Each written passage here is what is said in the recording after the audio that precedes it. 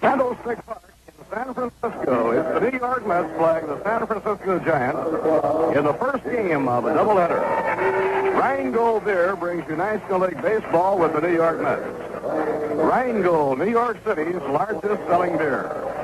And what a remarkable thing that is. In New York, a city of so many different people with different tastes, one beer has become the favorite. Rheingold Extra Dry. Now, we don't know why so many people like our beer, but we must be doing something right. Today's game is also brought to you by WGY, your sports station for the Great Northeast. WGY brings you the full schedule of the Mets' regular season games live from Major League parks throughout the country.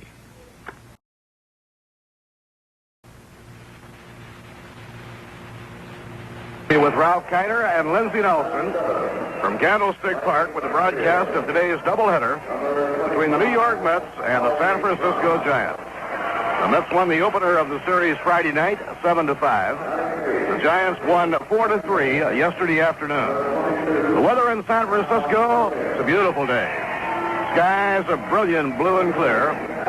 The breeze, very moderate right now. It'll be much stronger later in the day. And the temperature at game time, and game time is high noon here in San Francisco, is 60 degrees. The opening game pitchers for New York, Larry Benarth will be on the mound, and for the Giants, Juan Marichal. We'll be back with the start of today's first game in just 1 minute. Now here's the word from Sunoco.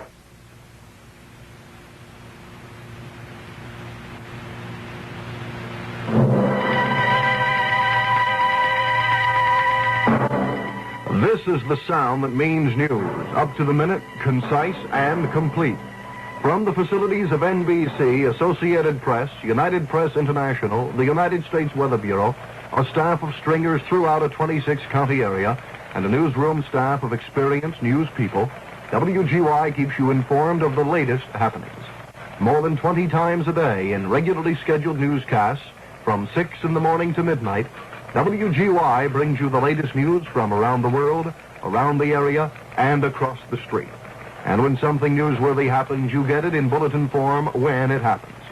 All this, plus specialized programs on farm news, sports, weather, and business, make WGY's news department your best information center for what's going on in the world today.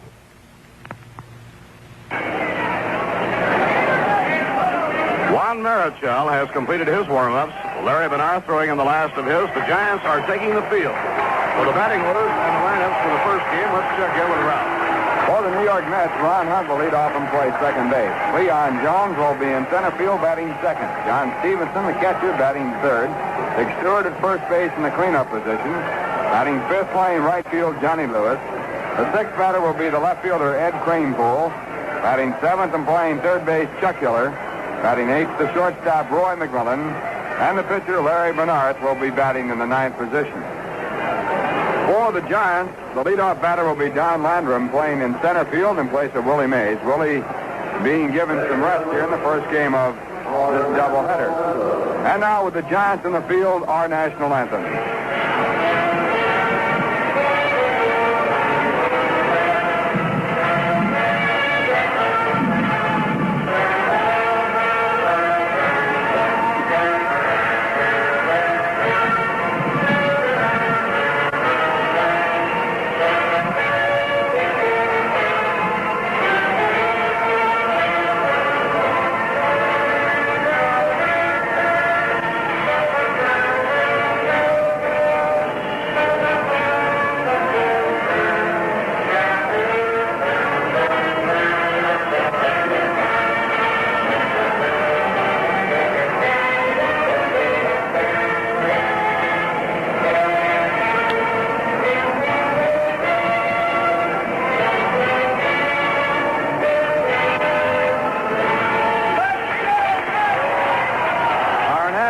On a beautiful sunshiny day here in San Francisco, California. The Giant lineup, Don Landrum leading off and playing center field. Jim Davenport batting second and playing shortstop. Batting third at first base, Willie McCovey. In the cleanup position, playing third base, Jim Rayhart. Batting fifth and playing in left field, Cap Peterson. Batting sixth, the catcher, Tom Haller. Batting seventh in right field, Ollie Brown. The eighth batter will be the second baseman, Hal Lanier, and the pitcher, Juan Marichal, batting ninth. Juan just running out to the mound from the San Francisco dugout. And he is now taking his warm-up pitches, all set to go. He has a record this year of 7 wins and no losses. His last time out against the Dodgers, he was not involved in the decision. He pitched 10 innings. Umpires for the game today. Mel Steiner behind home plate. The umpire now calling the pitches on Juan Marichal as he warms up. Al Bollick at first base. Augie Donatelli, the umpire, at second base. And at third base, Stan Landis. The ball around the infield, and now as this doubleheader comes your way, here is Bob Murphy to take you there, right down the line. Okay, Ralph, Ron Hunt stepping in to lead off against Juan Marichal. The amazing Mr. Hunt batting 347. He has had 14 hits in 20 official times at bat against the Giants this year, a 700 batting average. And he has reached base 17 times in his last 19 trips to the plate against Giant pitching. He has paid the price. Friday night he was hit by Gaylord Perry. Yesterday he was hit by Bob Priddy. And the first pitch of the afternoon is on the outside corner, strike one call. Ron spent about 2 hours before the game today on the rubbing table, taking heat treatments where he was hit above the right elbow yesterday, then whirlpool treatments so he could play this ball game today. Marichal out of the windup. Here's the pitch on the way. Outside, 1 ball, 1 strike. So right now you have 2 men squaring off who are in the midst of phenomenal streaks. Juan Marichal, the Giant ace, has won 7, lost none. Lifetime against New York, Mr. Marichal, 14-0. Curve is over, a call strike. It's 1 ball and 2 strikes. Marichal's last start was Tuesday night at Dodger Stadium. He went 10 innings of a 13-inning game, did not figure in the decision. In 10 innings, he gave up just 1 run. 1 ball, 2 strikes on Ron Hunt. The doubleheader just underway, and now the Dominican dandy, Juan Marichal, looks in for his sign from Tom Haller.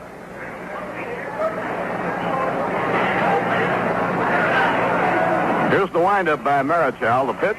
And it's a pop-up down the right field line. It may go foul. Running for it hard is McCovey. He can't reach it.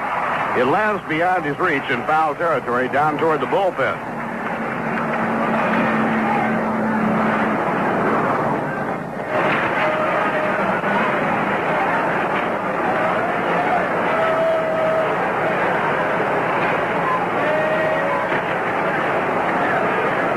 Ron running it out. Now returns to the plate with a count of 1 ball and 2 strikes. Marichal has won 7 and lost none. In 69 innings, he has given up only 6 earned runs, so his earned run average is 0.78. The 1-2 delivery is foul back into the crowd, no play. Marichal has started 8 games. He has 6 complete games. In 69 innings, he has given up only 42 base hits. So right now, Juan Marichal is the toast of the National League pitchers. The 1-2 delivery, a foul ball, back to the screen, no play.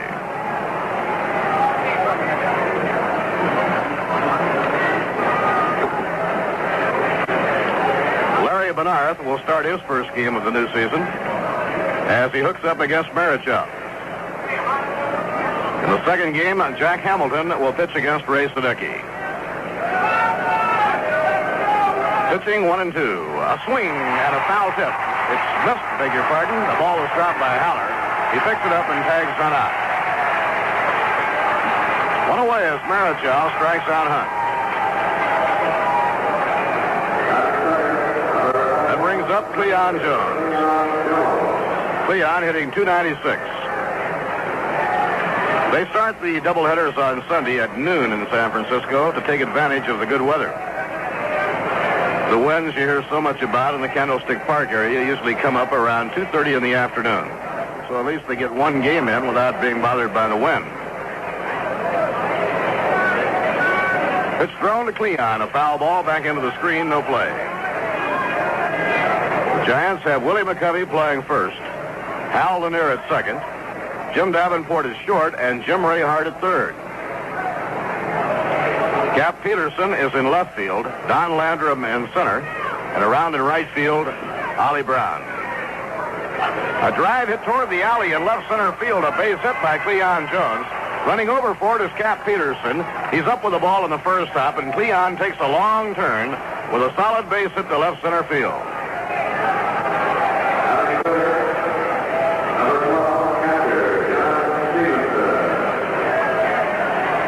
Now Johnny Stevenson. Johnny has had phenomenal success against Giant pitching so far this year. And he's batting .423.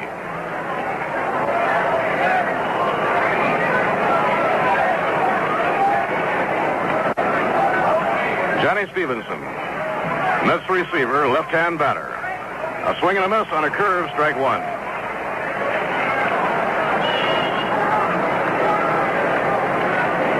Dick Stewart is on deck, and then Johnny Lewis.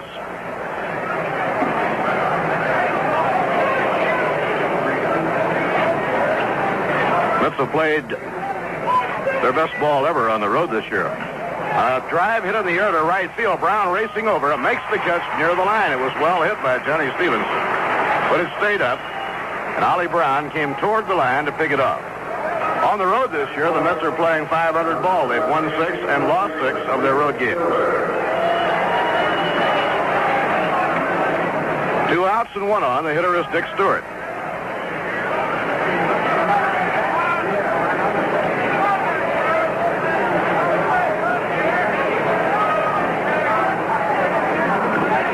Dick hitting .212. 1 home run, 4 runs batted in. Now Marichal lobs the ball over to McCovey.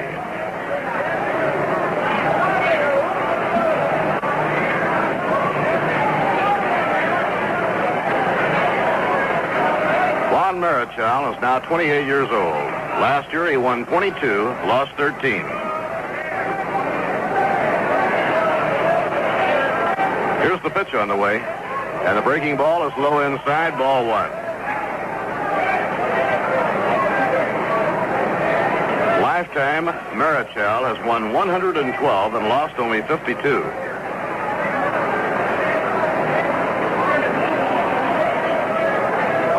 Giants have their infield around the left against Dick Stewart.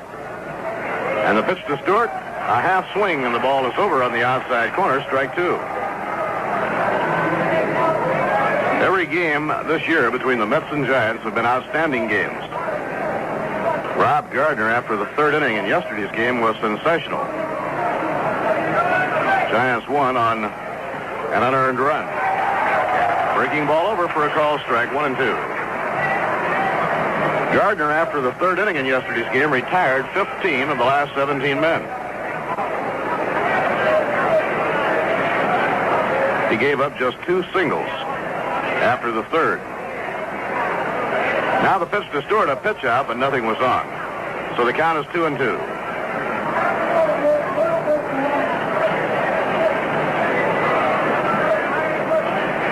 Beautiful day in the San Francisco Bay Area. We hope you're having a beautiful day back home in New York. Now Marichal checks the runner. The pitch on the way. A little ground ball hit down the third baseline, pounced on by Haller. He throws to McCovey on the side is out. 1 hit, no errors, 1 left on. Score in the middle of the first, the Mets nothing, and the Giants coming to bat. Did you ever stop to think of how many lonesome travelers there are here and yonder and how thirsty they get? Well, I am a lonely and a lonesome traveler. I am a lonely and a lonesome traveler. I am a lonely and a lonesome traveler. I've been traveling on. I traveled here and then From California to New York, the American folk singer travels here and yonder, carrying with him the music of the whole world and its peoples. And sometimes when the traveling gets thirsty, he puts down his guitar and accompanies himself with a cold beer, maybe Rheingold. And in New York City, where more songs and travelers stop than anywhere else in the world, More people buy Rheingold Extra Dry than any other beer. How come? Maybe it's the Oregon hops we use. Who knows? But we must be doing something right.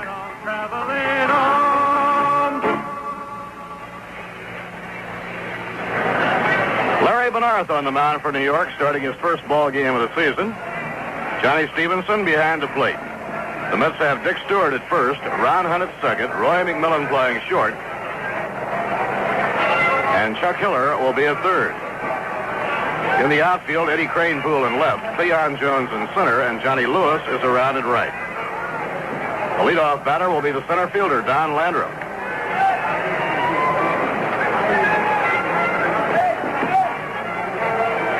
The Cubs and the Braves playing a doubleheader today in Atlanta.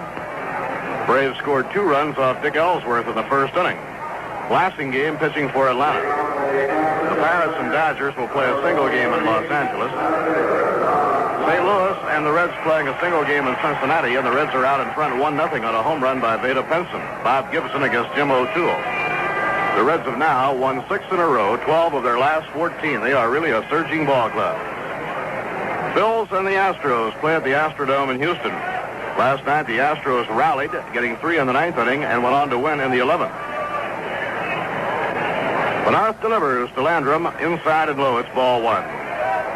In the American League, Washington 5, the California Angels 1 after 5 innings in their first game. Klein and Burdett are in the ball game in relief, and Rick Reichert has hit his 11th home run of the year. It's the only run for the Angels so far in the ball game. They trail 5-1 at the end of 5. Landrum runs up as if to bunt, doesn't offer, and the breaking ball is over for a strike. Cleveland and Chicago tied 1-1 at the end of 2. Sonny Siebert against Gary Peters. However, Peters came out of the game in the first inning, and Joel Horland came in. The Yankees lead the Minnesota Twins 5-3 after 7.5. Ground ball bounced to shortstop. Roy McMillan is up with it. Good throw across the diamond to Dick Stewart. 1 man out.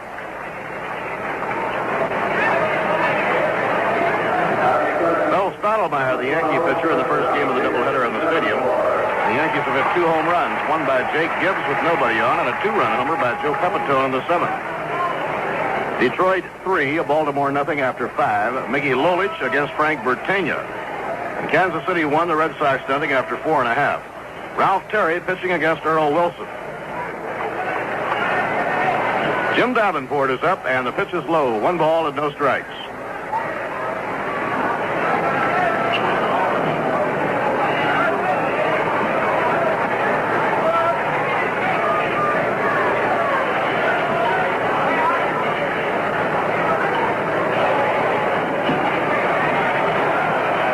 One ball, 1 strike on Jim Davenport. The Mets will go to Houston following the doubleheader today, where they tackle the Astros in 2 night games on Tuesday and Wednesday night.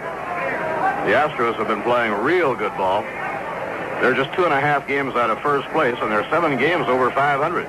They've won 21, lost 14. 1-1 delivery to Davenport is whacked foul back into the upper deck, no play. They were leading the Phillies last night 3-0. Going to the 9th inning, the Phillies tied it up, but the Astros won it in the 11th, winning 4-3. Good crowd gathering here at Candlestick Park for the big doubleheader today between New York and San Francisco. Cookie Lavagetto on the lines at first base, and Charlie Fox coaching at third. Inside and low, 2 balls, 2 strikes on Jim Davenport. Wes Westrom has been wanting to give Larry Benarth a start.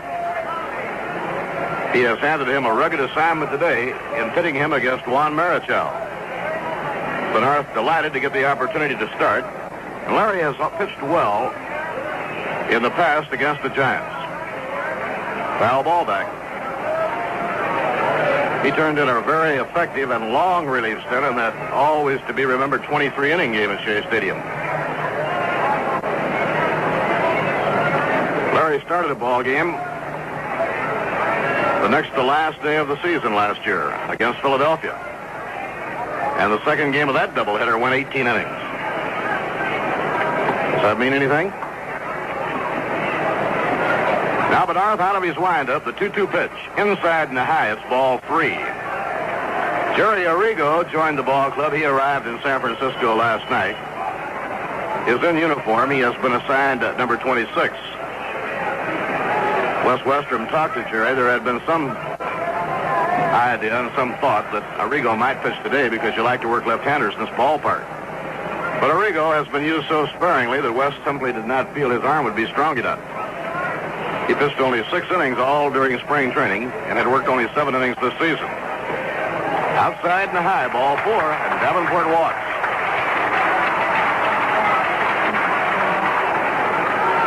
That brings up Willie McCovey.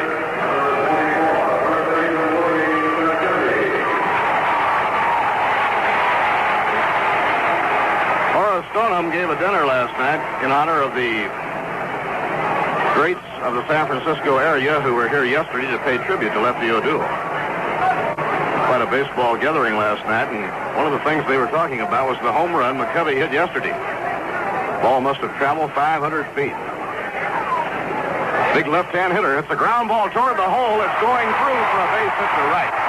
Around second is Davenport. He's on his way to third. No play for Davenport. And the Giants have runners on first and third.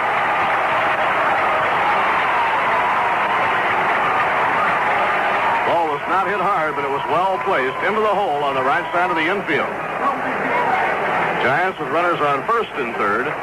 One man out, and the cleanup batter, Jim Ray Hart, coming up. Hart batting .326. Has hit 9 home runs and driven 20 runs in. He had 2 home runs in the Friday night game.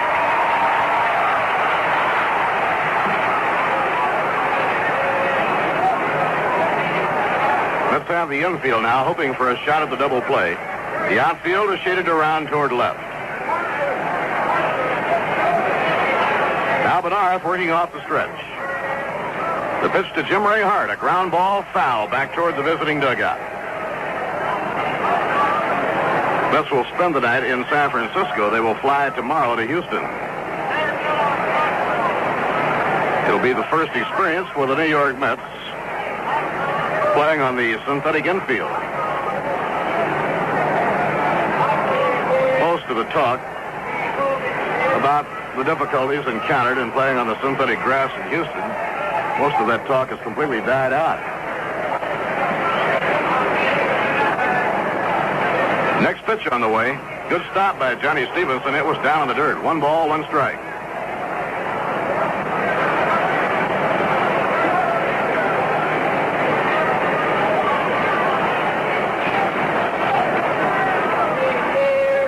Jim Hart, right-hand hitter, stands well back from the plate. Let's have their outfield swung around toward left. Cleon Jones moving over toward the alley in left center. McMillan and Hunt talk back and forth. The pitch, a ground ball to shortstop. McMillan to Hunt. Now there's one. The ball is dropped. Hunt drops the ball, and a run is in.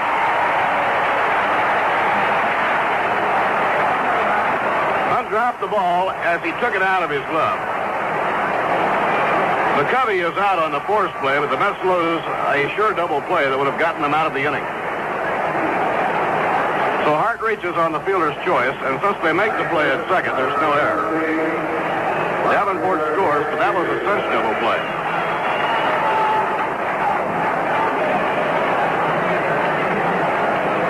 Ron was very concerned about whether he'd be able to throw the ball out here today because he was hit just above the right elbow on the back of his arm by Bob Priddy with a fastball yesterday, and it was really puffed up.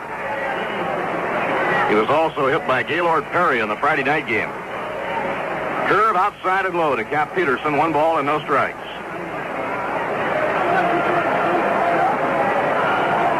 Jim Hart picks up a run batted in. Giants lead 1-0. Right-handed hitting Cap Peterson uses an overly closed batting stance. Stewart holds against the runner. Now the pitch by Bedard. Low and outside. Larry's main pitching forte is his sinker. Many times he can escape jams because he does make the hitters hit that ball on the ground, and it gives the infield a shot at that double play. So he made Jim Hart do exactly what he wanted him to do, but unfortunately, the ball was dropped at second base.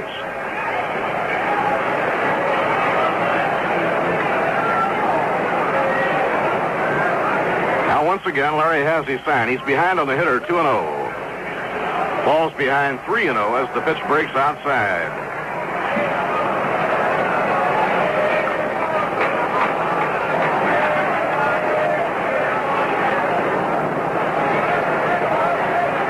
Breeze very light at the moment.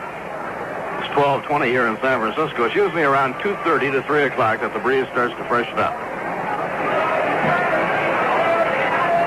3-0 delivery. Fastball down the middle for a strike. It's 3-1 on Cap Peterson. They go to the ninth inning at Yankee Stadium with the New York Yankees leading the Minnesota Twins 5-3. Ramos has come on in relief of Mel Stottlemyre.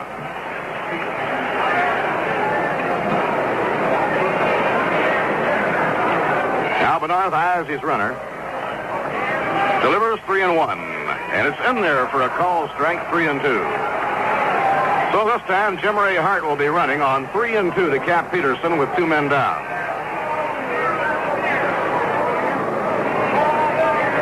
Jim Davenport reached on a walk with 1 man out. The walk has proved to be costly. Davenport has scored.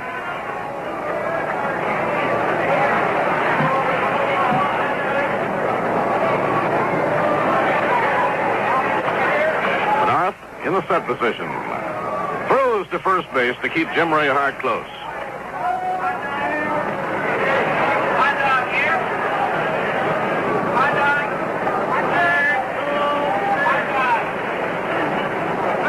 Now Peterson cocks the bat. There goes Hart. The pitch, a ground ball to second base. Ron Hunt comes up with it, fires hard to first in time for the out. Ron had to put something on the throw because the ball was hit slowly. So the arm passed the test. He whipped that ball over there in good shape. 1 run, 1 hit. No errors, 1 left on. At the end of 1, Giants 1, and the New York Mets nothing. Ralph? Well, if you're driving around the area by Shea Stadium, you can drop in there today and pick up your tickets for any of the future games the Mets have. They return home on the 30th of May to play against the Philadelphia Phillies in a big doubleheader. They play the Phillies the next day in a night game, a single night game. Other ticket outlets are located in areas around New York. Grand Central Station at the foot of the 42nd Street and Vanderbilt Avenue ramp, open weekdays from 8 to 6 and Saturdays from 8:30 to 4. Pennsylvania Station in the Long Island Waiting Room, also open weekdays from 8 to 6 and Saturdays from 8:30 to 4. Macy's and the Walt Whitman Shopping Center in Huntington, Long Island, open during the regular store hours.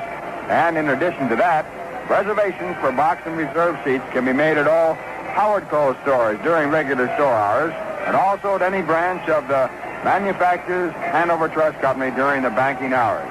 Tickets can be obtained, too, by mail by writing Ticket Manager, Shea Stadium, Flushing, New York. And don't forget to toss in an extra 25 cents to cover the mailing cost. Well, it's the top of the second in the first game of the doubleheader today. And once again, here's Bob Murphy. Johnny Lewis will be hitting against Juan Marichal as we go to the top of the second. The crowd still coming in at Candlestick on this beautiful day. It's going to be a real good turnout.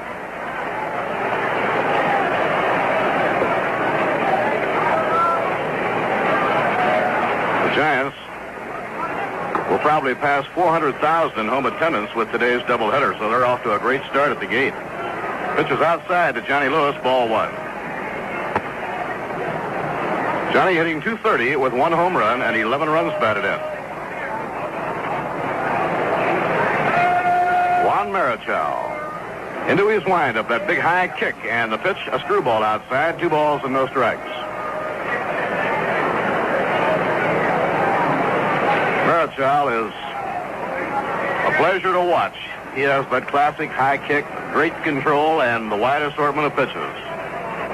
2-0 delivery, a swing and a miss on a curveball. It's 2-1.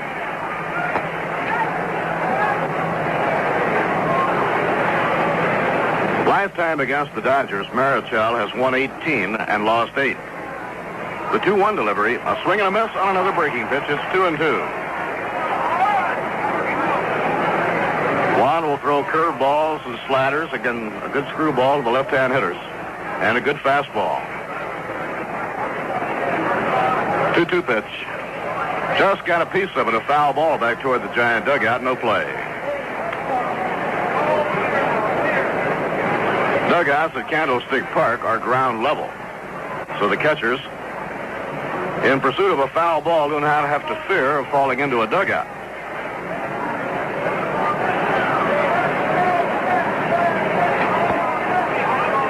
A lot of area and foul territory in this ballpark, which can really help a pitcher out. The 2-2 pitch, a towering pop-up. Third baseman Jim Hart coming down the line toward home is under it waiting, and he has it for the out. One away, nobody on. This looks like a good time to light up a cool for the most refreshing taste in smoking today. Cool Filter King.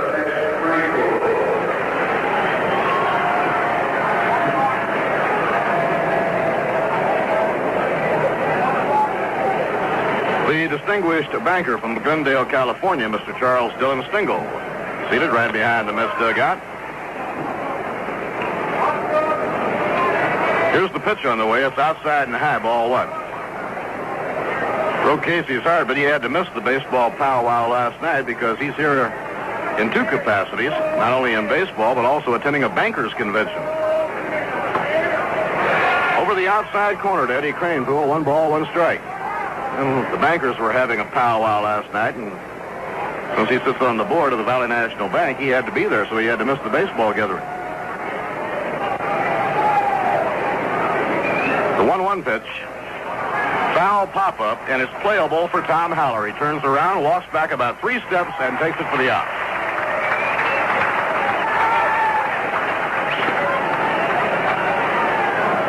Big Jim Maloney won another ball game for Cincinnati last night. The Reds, after a horrible start, are fighting their way right back into it. They're now only 5.5 games out, and they're a game over 500. At one time, they were 9 games under. And they're winning again today. Now Chuck Hiller is the batter, and the pitch is outside, ball one. The Reds lead St. Louis 1-0 on a home run by Veda Pinson at the end of 2.5 innings. Bob Gibson and Jim O'Toole are the pitchers.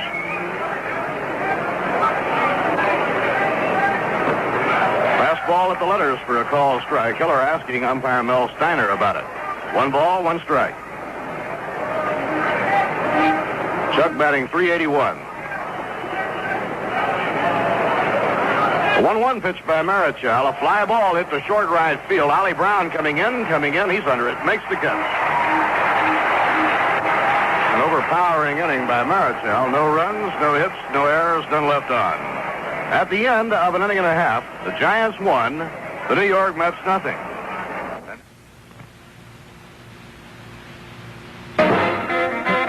Just Jazz.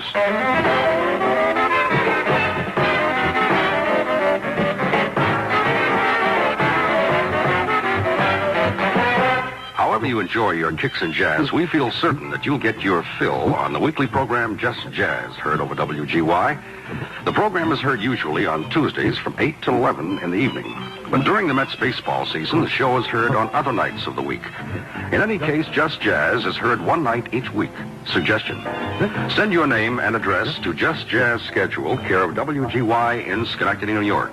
And by return mail, you'll have the listings of each of the Just Jazz programs throughout the summer. This is Randy English. Be advised, it's cool, it swings, it's for you, and it's Just Jazz here at 8 and 10 on your radio dial.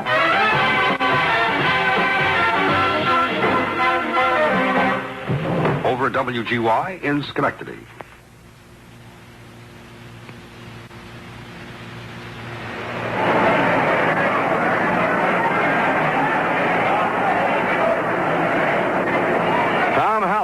Is up against Larry Benarth in the last half of the second.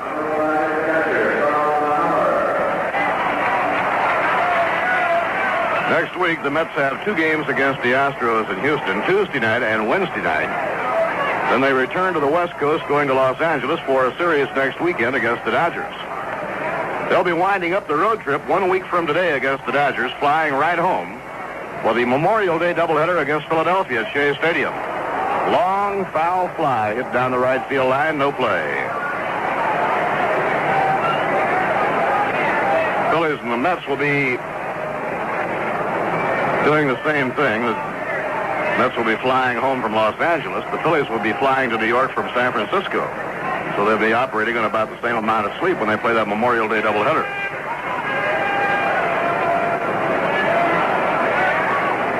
Now Haller lays off. It's outside and low. 1 ball, 1 strike.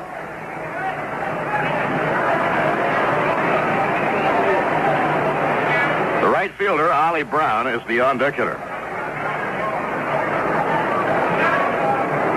Tom Haller batting .250 with 4 home runs and 18 runs batted in. He had him tied up, but it was low. 2 balls and a strike.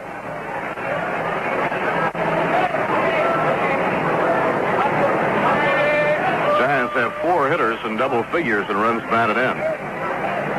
Haller has 18. Jim Ray Hart, 21.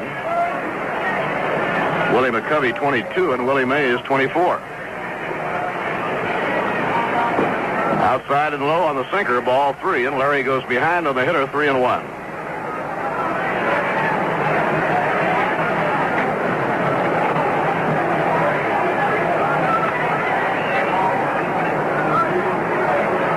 Now Larry Bernard checking with Johnny Stevenson. 3-1 the count on Tom Haller, the first batter up in the last half of the second. 3-1 pitch. Swing and a miss on a curveball. It's 3-2. Washington 6. The California Angels 1. They go to the 8th inning. Joe Adcock has just homered in the 8th inning, so it's 6-2 Washington. Cleveland 2 and the White Sox 2 at the end of 3 innings. 9th inning at Yankee Stadium, the Yankees 5 and the Twins 3. Foul ball hit back into the crowd, no play.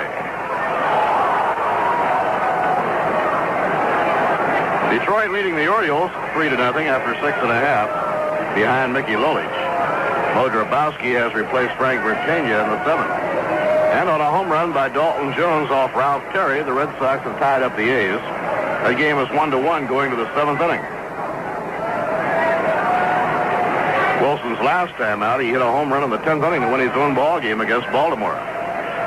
3-2. Inside, ball 4. Second walk by Bernard. Larry walking the leadoff batter. Brings up Ollie Brown, the right fielder.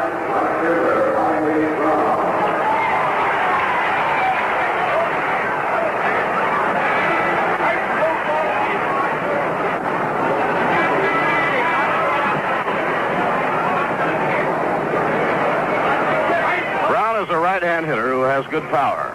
The Mets play him to pull as they swing the outfield around to left. The infield at double play depth.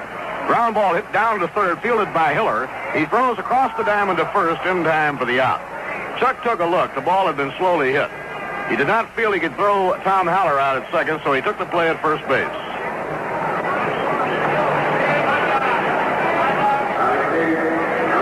One out and one on, and we pause for station identification. This is the New York Mets Baseball Network.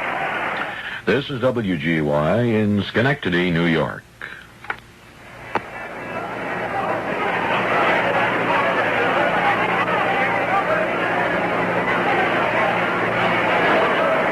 Murphy with Ralph Kiner and Lindsey Nelson were in the last of the second at Candlestick. The Giants in front, 1-0.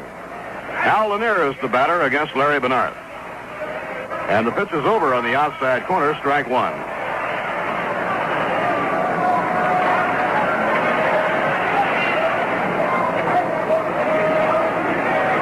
Lanier batting .212.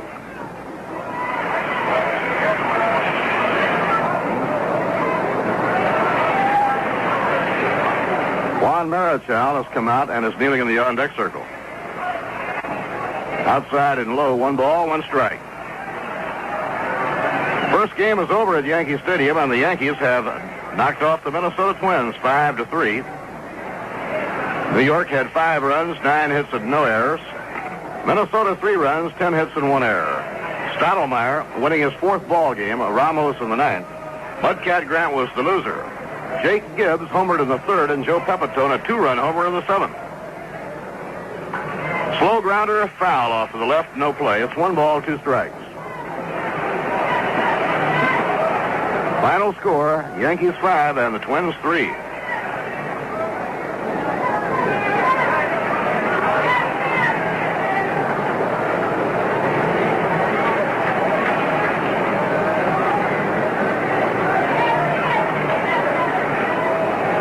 Tom Haller is on second base, 1 man out.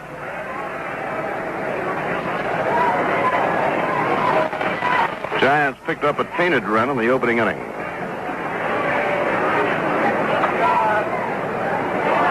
Larry working very deliberately. Looking in now to get his sign from Johnny Stevenson. And he takes so much time in reading that Hal Lanier steps out.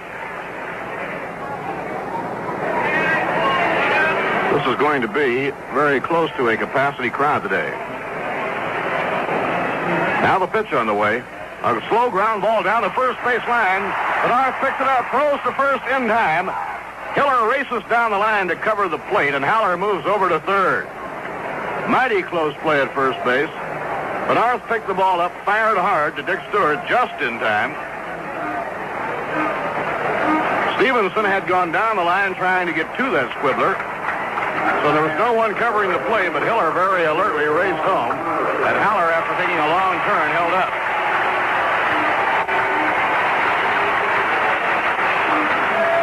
And a big hand for Juan Marichal.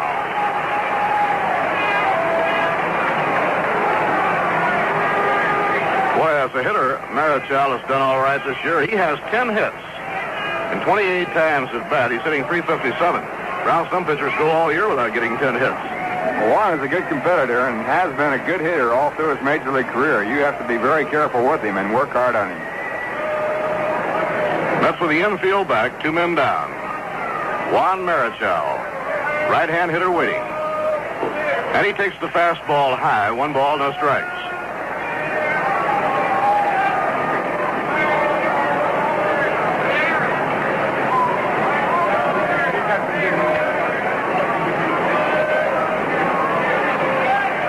Tom Haller is on third.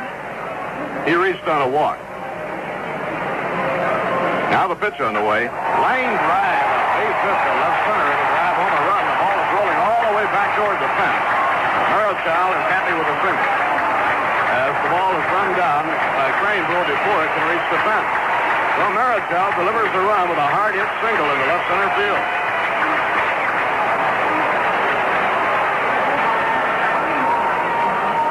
He does it all.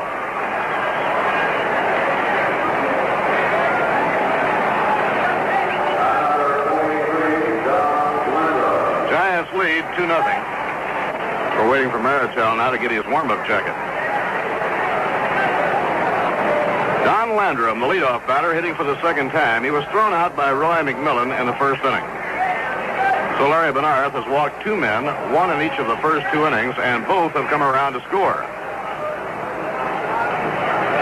Fastball on the outside corner, strike 1.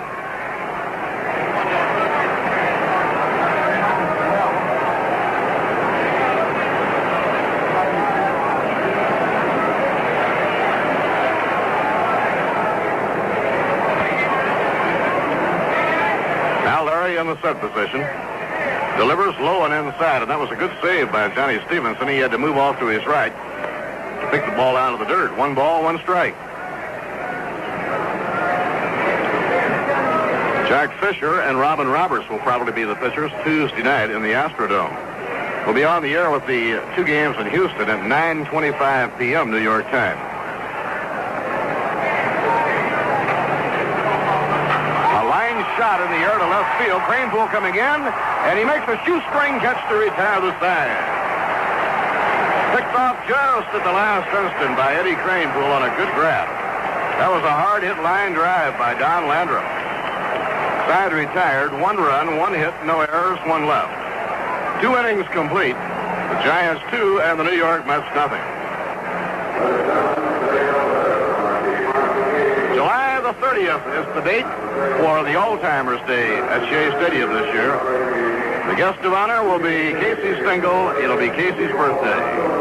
And in Casey's honor, that classic All-Star game of 1950 will be reenacted. A 14-inning All-Star game that was won on a home run by Red Shandiest. Game that was tied up by our own Ralph Kiner in the 9th inning. Ralph, if memory serves me, that was a game that Ted Williams will never forget. Yes, I put him out of the lineup for about 2 months when he caught a line drive that I hit against the scoreboard and broke his elbow. He actually played after that in the ball game and came up to bat.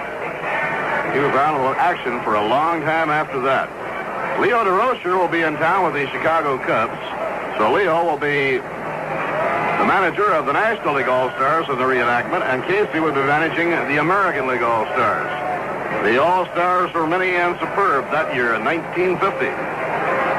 So we hope you'll make your plans to be with us on Old Timers Day at Shea Stadium on Casey's birthday, July the 30th. Right now we go to the 3rd inning, Giants 2. New York Mets nothing, and to follow the action, here's Ralph Kiner. Thank you, Bob, and hi there, everyone. Roy McMillan, the leadoff for the Mets. I was talking with Hank Sauer down before the ball game, and Hank was in that 1950 All-Star game. And if you recall, there was a big rhubarb in Chicago about the fact that the manager of the National League, Bert Schotten, did not want to play Hank Sauer, although he was voted in by the fans as the #1 outfielder. First pitch is hit down the short. Jim Davenport comes up with the ball and throws the first base to the out. So Roy McMillan grounding the first pitch, and the Giants getting their first out here in the top of the 3rd. Giants leading by a score of 2-0, and Larry Bernard is now the batter.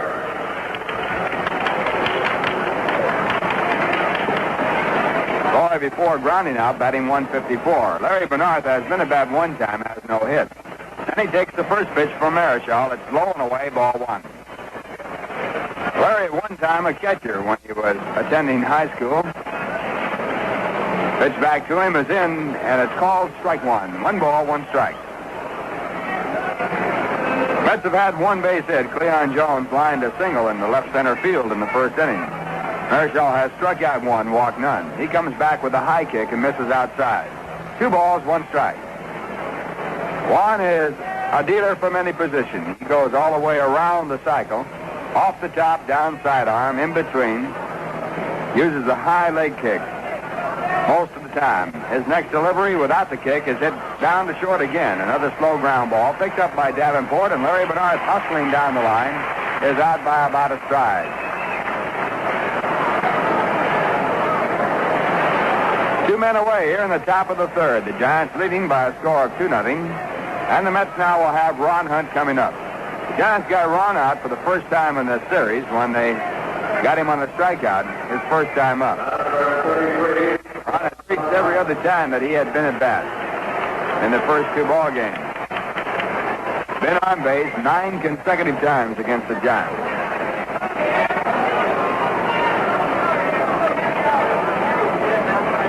Ron now batting .344. He has 2 home runs and 12 runs batted in. 34 base hits. He's been at bat 99 times, so if he gets an official AB, he'll have his 100th time at bat. And a line drive hit the left field, a base hit. So Ron continues against the Giants, picking up another base hit. And the Mets now have their second hit with 2 men out here in the top of the 3rd, and the batter coming up, Cleon Jones, who got there first. Ron now with 15 base hits in 22 times up against the Giants this year. And he has been on base 18 times of his last 21 times against the Giants. Really an amazing streak, which doesn't happen to a ball player too often. And I'm sure it doesn't happen against the Giants too often. Strong ball club in the National League. They lead by 2.5 games. First pitch to Cleon Jones is outside. A breaking pitch. Jones faking a bunt. It's ball 1. On deck batter is Johnny Stevenson, a left-hander.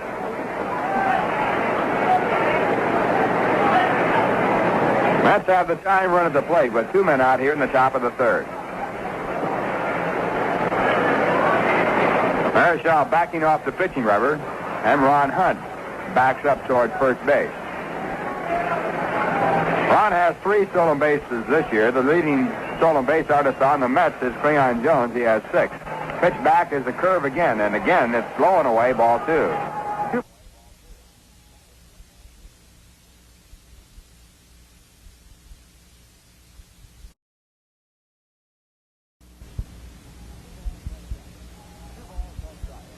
Two balls, no strikes. Cleon Jones batting .305 with 2 home runs and 12 runs batted in.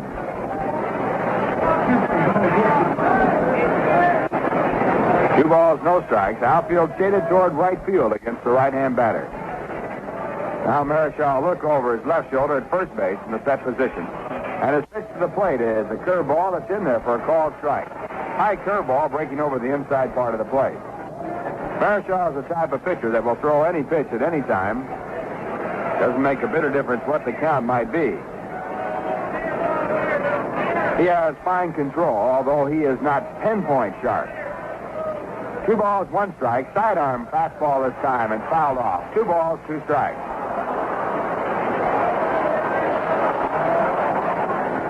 Marichal so far in 72 innings of pitching has struck out 46 batters, and he's walked only 6. But he is not what you would call a surveyor on the mound. He does not put the ball exactly where he'd like to put it. It's close, but not like the others. Ron goes, the pitch is swung on and missed, and it's strike 3. Hunt slides into second base to no avail as the Giants on the strikeout retire the side. Cleon Jones going down. In the inning, no runs, 1 hit, no errors, a man left on base, and the score at the end of 2.5 innings, the Giants 2, the Mets nothing. What do Mexican street musicians do when they get thirsty? Listen and you'll find out.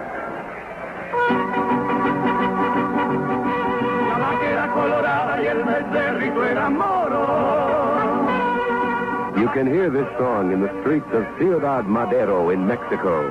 And when the strolling musicians raise a thirst, they'll stop for something cool and refreshing, like Cerveza Corona, the beer numero uno in Ciudad Madero. You can find the same song and the same thirst north of the border. And in New York City, too, the musicians often call for numero uno, Rheingold Extra Dry. In fact, in New York City, where you can hear more kinds of music than anywhere else in the world, more people buy Rheingold than any other beer. How come? Maybe it's our natural carbonation. Well, whatever it is, we must be doing something right.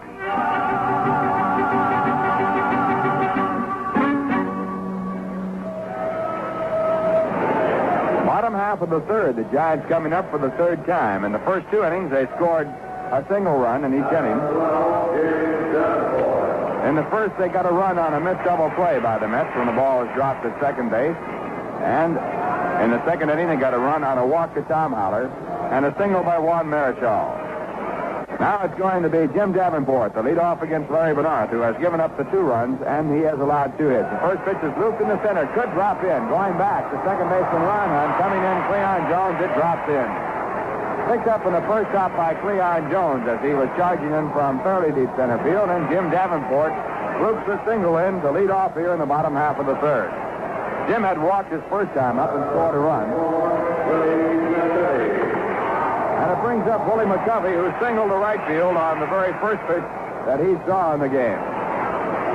Willie with his base hit now batting .345. Davenport before his base hit, taking the .235 average to the plate.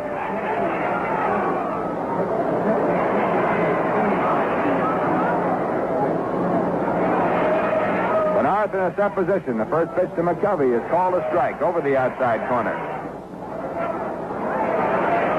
First baseman Dick Stewart for the Mets playing behind the runner, playing fairly deep behind the runner, about 4 steps back. Davenport is not a slow man, but with McCovey hitting, Mets are figuring to use some defensive room to try and keep McCovey from coming up with a base hit on the right side. A changeup way outside and high. Bernard's missing for ball 1. Even counted 1-1.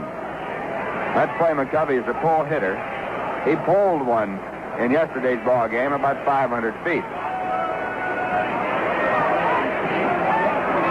Mets have won one of the series. The Giants have had one win. And there are 2 games here today. Second game, we'll see Jack Hamilton pitching for the Mets. 1 ball, 1 strike. And Bernard's backing off the mound. Hamilton will be opposed by Ray Sadecki. Now the pitch. It's hit foul down in the dirt. 1 ball, 2 strikes. Giants take on the Pittsburgh Pirates here Tuesday. They're playing in Los Angeles today. And the Mets go to Houston, as Bob Murphy told you, for a night game on Tuesday night. Game will come your way in New York at 9:25. 1 ball, 2 strikes. No one out, bottom half of the third. The Giants lead 2-0. They have a runner at first. And the pitch to McCovey is swung on and fouled down again. In the dirt, it's 1 ball, 2 strikes.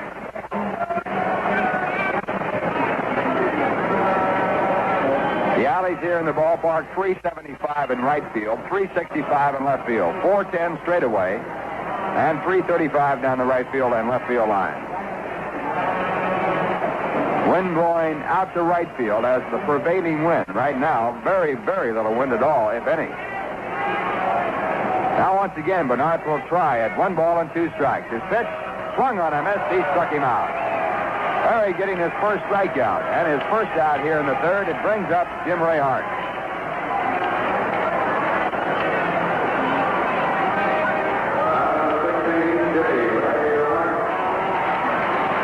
Hart grounded down to short his first time up with Jim Davenport on at third base with 1 out.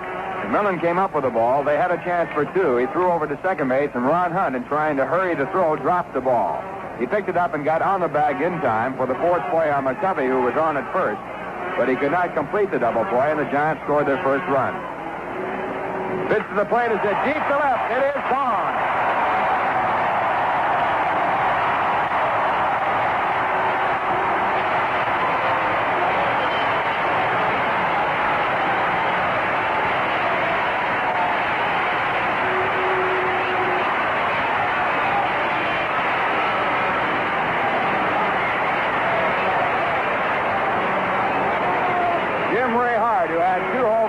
Friday night's ball game, his 8th and 9th, coming up with his 10th home run here to drive in Jim Davenport, and the Giants lead it by a score of 4-0.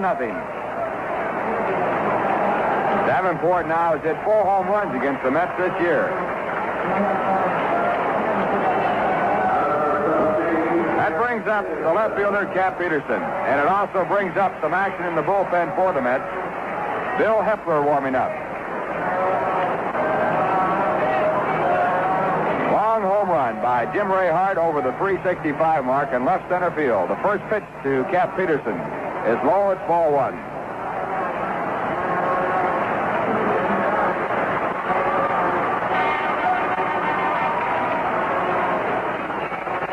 One ball, no strikes.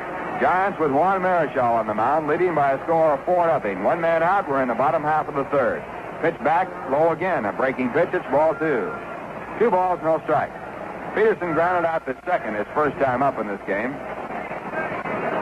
Right-hand batter hitting 174.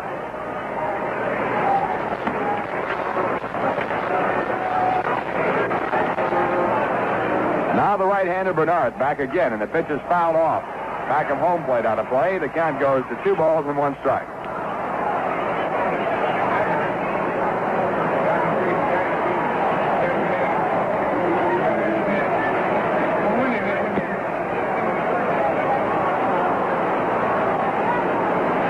Balls, 1 strike. Bernard taking the signs from Johnny Stevenson. Outfield shallow in center, straight away and fairly deep in right and left. And at 2-1, the delivery to the plate is hit down the right field line in foul territory, out of play.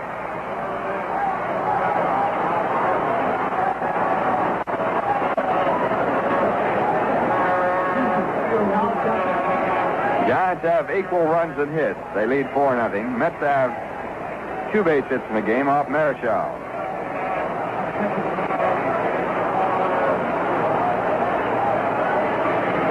Two balls, 2 strikes. Bernard's now working very slowly. Willie Mays not playing in this game. Ground ball to third, a tough chance if it's fair. It goes foul. Willie Beam rested, and Don Landrum playing in center field, and Jim Ray Hart picking up the slack with a 2-run home run to give the Giants the lead at 4-0.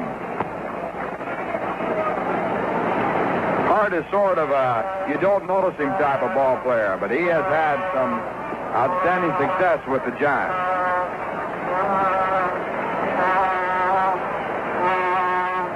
Last year he had 23 home runs and drove in 96 runs while batting .299.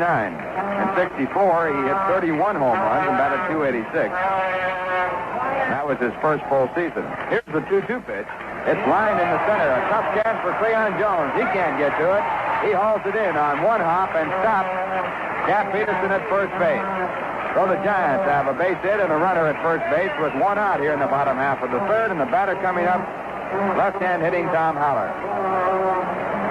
Final score in the American League. The Senators have won their 5th in a row, defeating California 6-2. The winning pitcher was Pete Reichert, with help from Klein in the 6th inning. Here comes Wes Westrom out. He's already made up his mind. There goes the sign out before he gets to the foul line, but he wants the left-hander, Bill Hepler, in the game.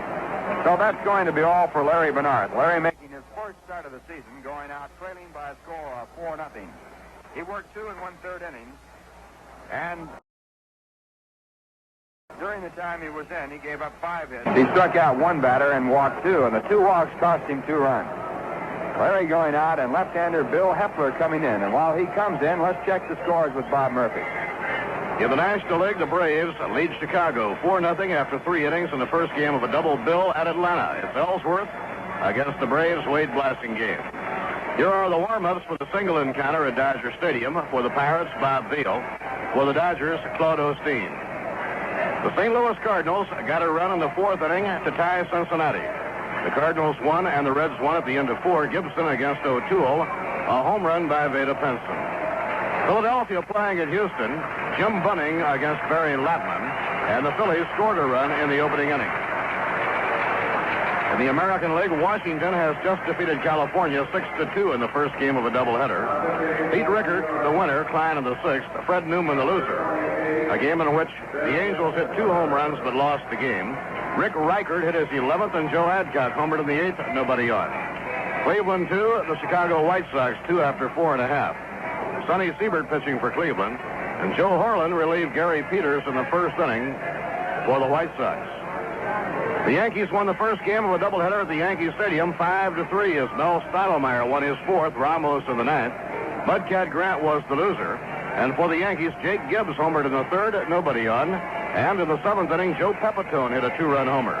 In the second game, it'll be Dave Merritt against Fritz Peterson. Second game not yet underway. Detroit 3, Baltimore 2 after 7.5. Mickey Lolich pitching for the Tigers. And Hank Bauer has had to call on Frank Bertagna, Mo Drabowski, and Eddie Watt. The Red Sox with a run in the 5th inning on a homer by Dalton Jones tied the A's. And now they have taken the lead by scoring 3 in the 7th. So it's the Red Sox 4, Kansas City 1 at the end of 7, with Earl Wilson pitching for Boston and Ralph Terry for the Kansas City A's. So that is the complete rundown on scores of other ball games. Bill Hepler is warmed up and ready, and to follow the action, once again, Ralph Kiner. Bill Hepler, a left-hander in the game for the Mets, making his 3rd Major League appearance. His first appearance, his first man walked on 4 pitches. That was Eddie Matthews for the Braves. He worked 1 inning in that ball game, gave up 1 hit, allowed no run. His second appearance was in pitching to Johnny Edwards of the Cincinnati Reds. He came in and got a 1-2-3 double play with the bases loaded. Now making his 3rd. And his first pitch to Tom Haller, a left-hand batter, is looked at for a called strike. Bill with no record, no wins and no losses. And he has worked officially 1 2/3 innings in the major leagues. Young left-hand pitcher. On at first base, Cap Peterson. He's not being held on as Dick Stewart plays behind the runner. Giants lead 4-0. And now Hepler back again. And this time a curveball is slowly down to second. Ron Hunt charges, makes the tag in the runner there, throws to first base, and he gets the double play. So Hepler, in pitching to 2 batters, his last 2 in the major league, has turned in 4 men out, picking up 2 double plays. That retires the side. The Giants picking up 2 runs on 2, make it 3 hits. No errors and no one left on base. And the score at the end of 3, the Giants 4, the Mets nothing. That's Bugles and Drums. You'll hear that each evening Monday through Friday at 5:45 on WGY when I bring you Spotlight on Sports, the only full 15-minute radio program in the area devoted exclusively to sports news of the day. This is Bill Carpenter inviting you to hear Sports Spotlight each day and to tune in Mondays and Thursdays at 5 minutes past 7 p.m. for 2 new programs of auto racing news, Northeast Racing Roundup on Mondays and Speedway Highlights on Thursdays. And these programs are only part of WGY's extensive and intensive coverage of sports. Monday through Friday at 6:15, horse racing fans will like Howard Tupper's Track Talk. Golf enthusiasts will enjoy Bill Edwardson's Golf Talk on Thursdays at 6:35 p.m. with questions from golfers and answers from pros. All this plus Mets baseball and national sports coverage from NBC on WGY, your reliable station for sports in 26 counties of New York and New England.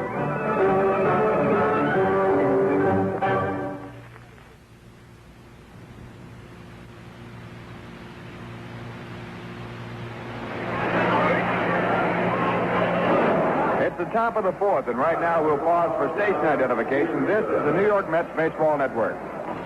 This is WGY 810 on your dial in Schenectady, New York.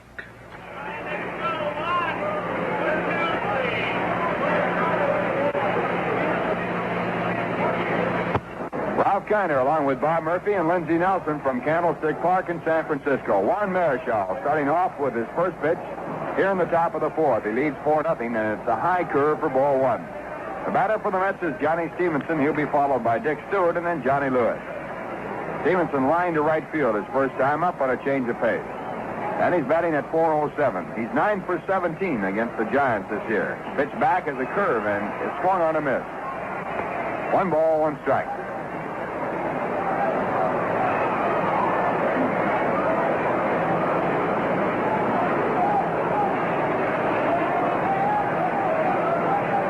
The 1-1 delivery by Marichal is hit off the end of the bat, back to the mound. Marichal falls down and fielding the ball as he moves to his left. Has plenty of time, and he gets up. The 1 knee throws to first base to pick up Stevenson. The ball was not hit hard. It could have been fielded fairly easily by the second baseman, but Marichal elected to head it off and made the play. Now with 1 away in the 4th, it'll bring up Dick Stewart. Dick dribbled 1 out in front of the plate his first time up and was thrown out by Tom Holler. Dick batting .206 with 1 home run and 4 runs batted in. Giants lead 4-0. They scored a run in the first, 2 runs in the third, and in between a run in the second.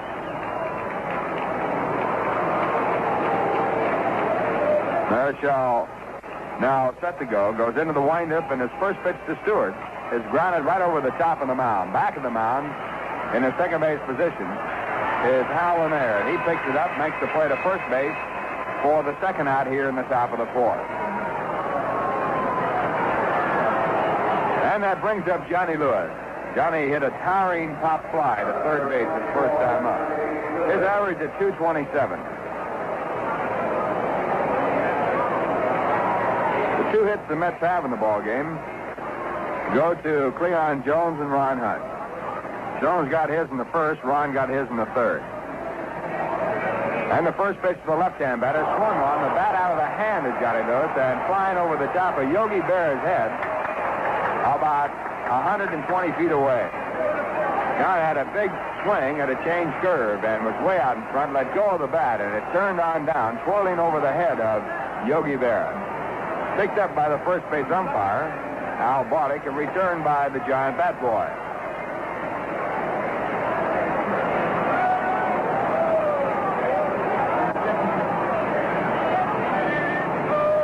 Marichal back to work. And his 1 strike delivery is a curveball line to second base. Lanier takes it in the air. That retires the side. So a 1-2-3 inning for Marichal here in the 4th, and the score at the end of 3.5. The Giants 4, the Mets nothing. Bottom half of the 4th, the Giants coming up, and they'll be hitting against Bill Hepler, who relieved the starting pitcher Larry Menard. Giants scored a run in the first, added 1 more in the second, and got 2 on a 2-run home run by Jim Ray Hart. in the third. Bill Hepper came in to stop the Giants as he pitched to one batter, Tom Holler, and got a double play. Phil pitched at Geneva last year, won 13 and lost 10 in 28 ball games. He struck out 219 batters in 208 innings, a good record, had 14 complete games. He was acquired from the Senators in the draft for $8,000 by the Mets. He's 20 years old, lives in Covington, Virginia. 6 foot tall, 160 pounds. And he'll be pitching to Ollie Brown as his first man here in the fourth. Brown, a right-hand batter.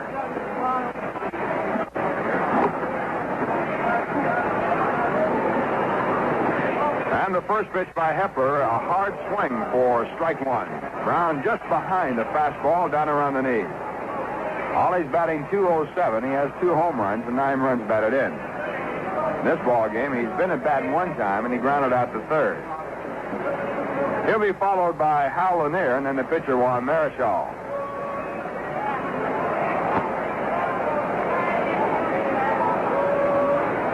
Hepper takes an awful lot of time before going into the windup.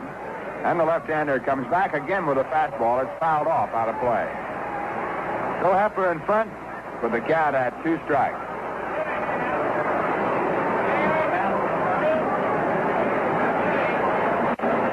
In the National League, at the end of 3.5 innings, Atlanta 4, the Cubs 1. Ellsworth against Blassingame in that one. That's the first of 2. Starting pitchers, Pittsburgh at Los Angeles. Bob Veal going for the Pirates against Claude Osteen. At the end of 5, the Cardinals 2, Cincinnati 1. Cardinals taking the lead on a home run by Orlando Cepeda, his 7th this year. Benson had a home run for Cincinnati in the first. It's Gibson and O'Toole. Next pitch, a high change that almost goes over the head of Johnny Stevenson. He makes the catch. It's 1 ball and 2 strikes. There have been 2 Grand Slam home runs hit in the National League this year, and Orlando Cepeda has 1. The other one, Willie McCovey. And, of course, McCovey, the man who put Cepeda on the Cardinals. For Ray Sadecki, he's going to pitch the second game today. Now, again, a high outside pitch. It's ball 2. 2 balls, 2 strikes. Sadecki will be opposed by Jack Hamilton. They have met 2 previous times. Hamilton won the first one on an 8-0 one-hit game. The one hit going to Ray Sadecki on a bunt in the third. But this game in the hands of Juan Marichal as the Giants lead 4-0.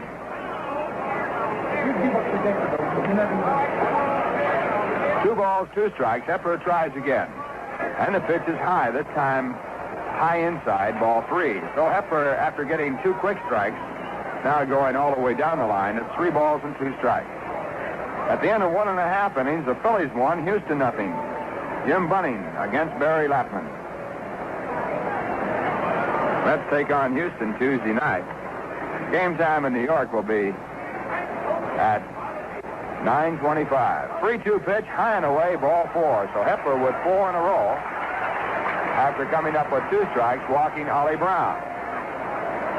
Lead batter on at first base with the Giants leading 4-0, and the batter coming up is Hal Lanier.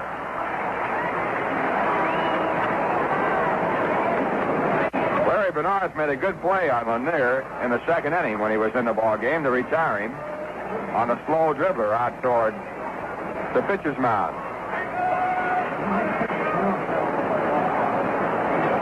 That's the 3rd walk in the game for the Giants. The first 2 scored.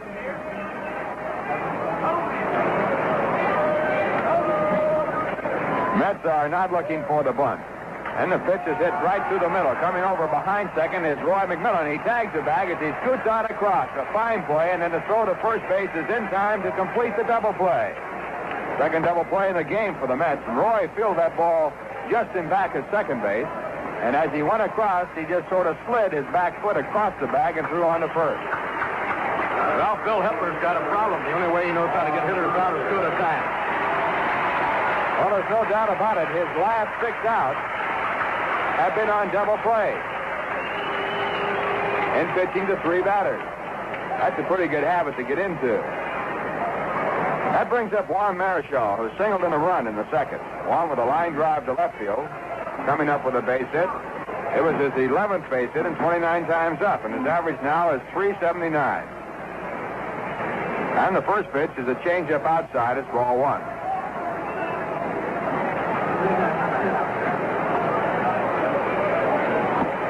Giants lead 4-0 with 2 men out in the bottom half of the fourth.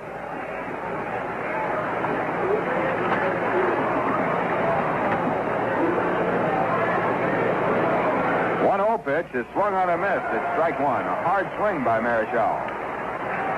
He was going for the down.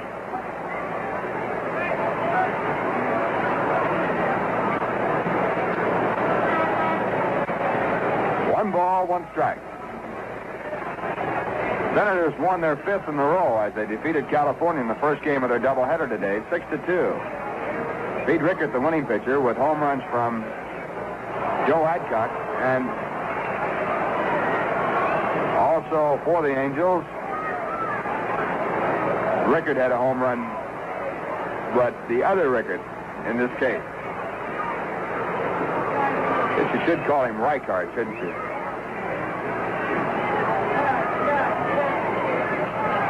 Swing and a miss. It's strike two. 1 ball, 2 strikes. Ground ball hits foul on the ground. Count stays in 1 ball and 2. Losing pitcher in that Angel game was Newman, the starting pitcher. Reichart, for the Angels, now has 11 home runs. At the end of 4.5, Cleveland 2, Chicago 2. Siebert against Horner now. Gary Peters taken out in the first. That's the first of 2. Yankees beat Minnesota 5-3 in the first game of their doubleheader. Winning pitcher Stottlemyre, losing pitcher Grant. A high pop-up on the first base side. Takes Stewart over to get under the ball, and he makes the catch, and that retires the side. So the Mets, for the first time in the ball game, put the Giants back without a run. And the score, after no runs, no hits, no errors, and no one left on base, the Giants 4, the Mets nothing. And once again, here's Bob Murphy. Next Sunday, the Mets will be winding up this 9-game road trip with a single day game against the Los Angeles Dodgers. And following the Sunday game with the Dodgers, 1 week from today, the Mets fly back to New York. And they have the holiday doubleheader, Memorial Day twin bill against the Philadelphia Phillies, a week from tomorrow, the 30th of May. And that holiday doubleheader will be the first of 5 doubleheaders the Mets will play on a 19-game homestand. The Mets will be home 15 days and played 19 ball games. The Dodgers will be coming to New York on the next homestand. They're in for a weekend series, Friday night, June 3rd, Saturday the 4th, and a Sunday doubleheader on the 5th. The Braves will be in for 3 midweek night ball games, the 7th, 8th, and 9th of June. The Cincinnati Reds come in for a night game, a twilight doubleheader, and a Sunday afternoon game on the 10th, 11th, and 12th of June. A twilighter with the Cardinals on Monday, the 13th, and then a day game on the 14th to wind up a 19-game homestand. On the homestand, a doubleheader against Philadelphia, a doubleheader with the Dodgers, a doubleheader with Cincinnati, and a doubleheader with St. Louis.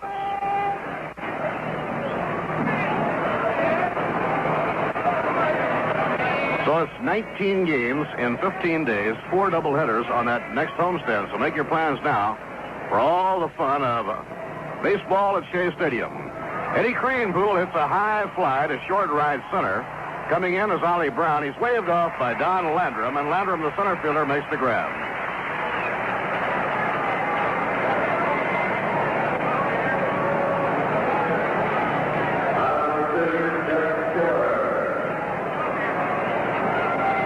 One out, nobody on. Chuck Hiller batting for the second time. Chuck hit the ball well his first time up, a line drive to right field, but Ollie Brown caught running over toward the line. Marichal has given up 2 hits. Here's the pitch on the way, and it's a high pop fly on the left side of the diamond. On the skin part of the diamond, under it waiting is Jim Davenport. He has 2 up and 2 set aside by Marichal. It'll bring up Roy McMillan. Beautiful day and a big crowd gathered here at Candlestick. I would imagine the crowd is in the neighborhood of 40,000. Seating capacity at Candlestick Park, about 44,000. Mack is 0 for 1. He grounded out to short his only time up.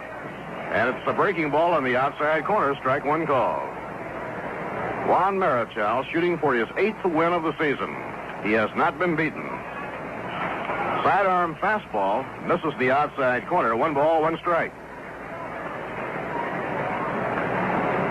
Marichal has given up less than one earned run for 9 innings. The 1-1 pitch. Foul ball back into the screen. The Rheingold Chug-a-Mug holds 12 ounces of Rheingold Extra Dry, and it has a pull tab so you don't need an opener. You know, it's about the handiest way there is of quenching your thirst. You'll find Chug-a-Mug 6-packs at your local store. Marichal takes the sign now from Tom Haller. The Giants lead 4-0. We're in the top of the 5th inning. A drive hit hard toward right field. Ollie Brown moving in, makes the catch. That one was hit right on the button by McMillan. A line drive, and Brown, the right fielder, galloped right straight in about 10 strides and picked it off on the run. Mets are out in order. No runs, no hits, no errors, none left on. So we've come halfway of the opening game at the end of 4.5. The Giants 4 and the New York Mets nothing. Maybe you're familiar with the Japanese tea ceremony, but tea is not the only thing you can pour ceremonially. Listen.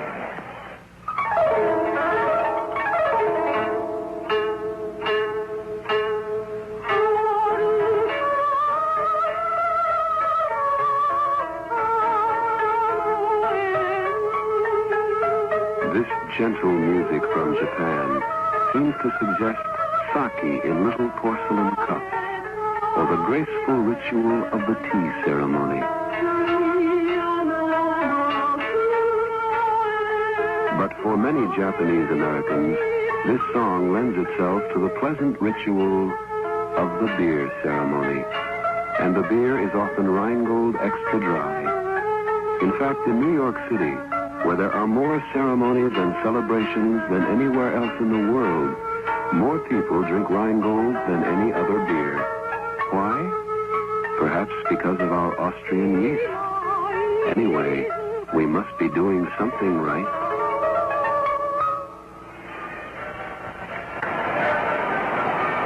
Last of the 5th inning. Center fielder Don Landrum, batting leadoff for the Giants in the opener of this doubleheader, will be up first. Landrum has bounced out to short and lined the ball hard to left field and was retired. Giants 4 runs, 5 hits, no errors. New York, no runs, 2 hits, no errors.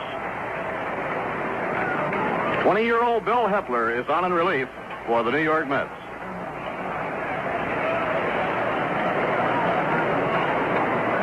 Bill relieved starter Larry Benarth in the 3rd inning with 1 man out.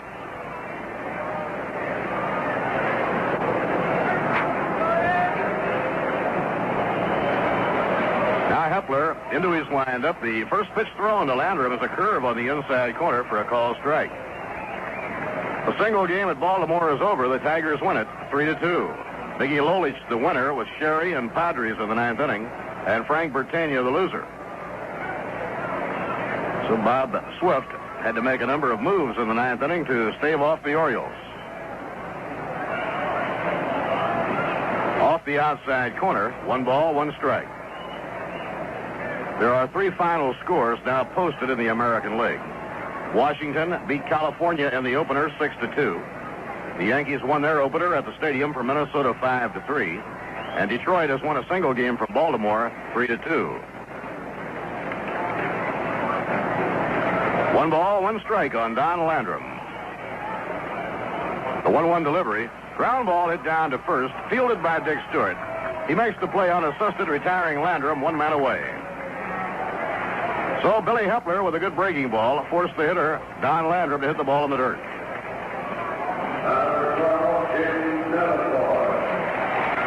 Jim Davenport reached on a walk and later scored in the 1st inning. He blooped a Texas Ligger for a base hit in the 3rd inning and later scored. He's been driven home both times by Jim Ray Hart. Hart has driven in 3 of the 4 Giant runs. Inside and low. 1 ball, no strikes.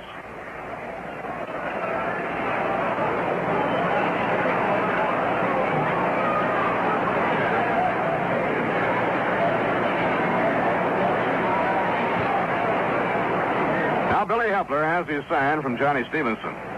Veteran Jim Davenport, right-hand batter, bends from the waist. Looks it over, and it's outside. Ball 2. It's 2-0. Davenport, a great guy to have on a ball club. You can play him at second, short, or third. In any of those three places, he's going to play it and play it very well. Although he has not been hitting for a high average the last couple of years, he gets big hits. The 2-0 delivery. Fastball over for a strike. It's 2-1.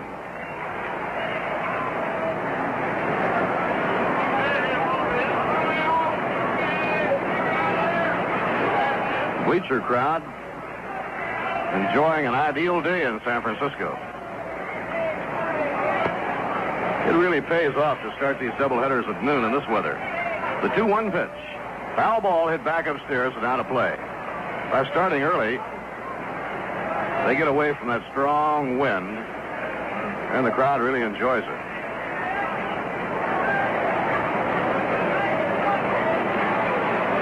Davenport hitting second, Willie McCovey batting third, waiting on deck. Herman Franks resting Willie Mays in the first game of the doubleheader.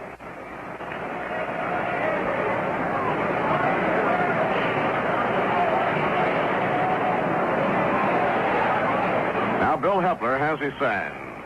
The young left-hander delivers 2-2, and he's up high with a fastball, 3-2. This is only the second year in pro ball for Bill Hepler. The Mets claimed Billy Hepler in the draft last winter. He had been signed by Washington and pitched last year in the New York Penn League.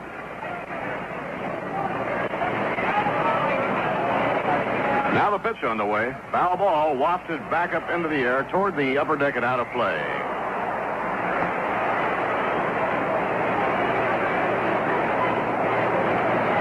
Ray Sadecki is the Giant pitcher in the second game today. Mets have done pretty well against Ray Sadecki, and Wes Western wanted to have Jack Hamilton against Sadecki.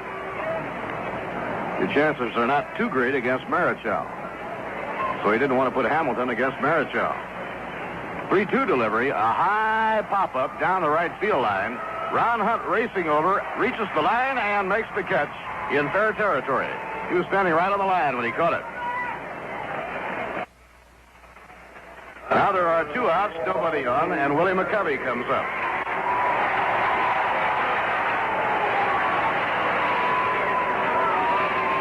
McCovey hitting .337, 4 home runs, and 22 runs batted in. McCovey singled to right field in the first inning to help build a run, and he was struck out by Larry Benarth in the third inning.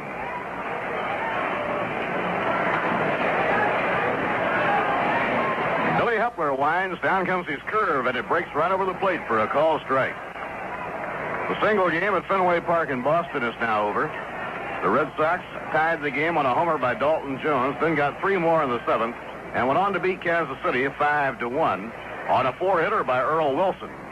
For Earl Wilson, his 4th victory. Ralph Terry was the loser.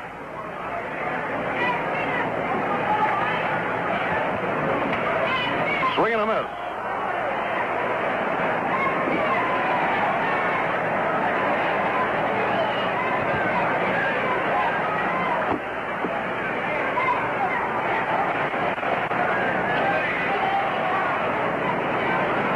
Billy Hepler with a 2-strike count on Willie McCovey.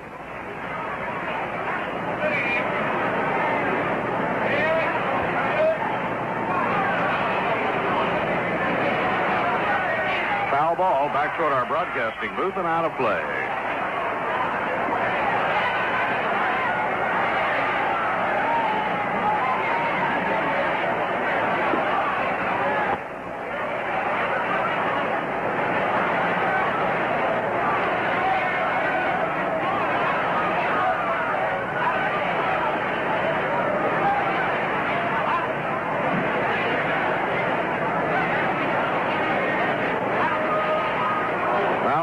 McCovey trying to get out of the way, and he was hit by the pitch.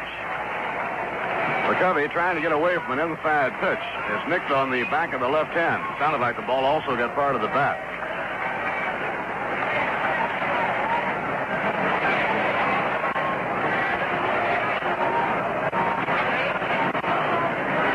Herman Franks coming out of the Giant dugout to check with McCovey.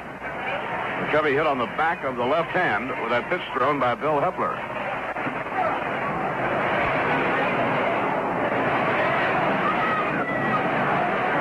Herman now comes out to first base and is talking to McCovey as McCovey works the fingers on his left hand. And now Herman sends a sign over to the dugout. I believe he wants the Giant trainer to bring out the ethyl chloride to spray it to hold that swelling down. Tito Fuentes is playing catch down in the Giant bullpen.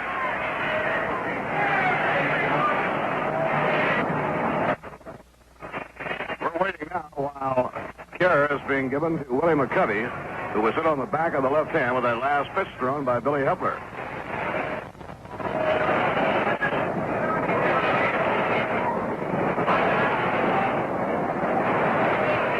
Hepler throws in his warm-ups while Herman Franks talks this over with McCovey.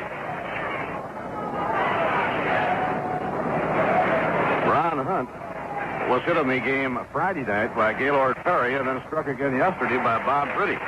Ron has been red hot. And he really had to spend a lot of time in the training room today to get ready for this doubleheader. He took heat treatment on the back of his right arm and then took whirlpool treatment.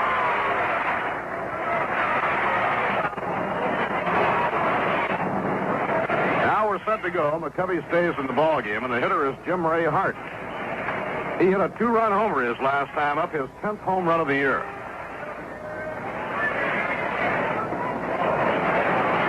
Jim Hart now has 3 home runs in this series. Billy Hepler delivers a strike on the outside corner.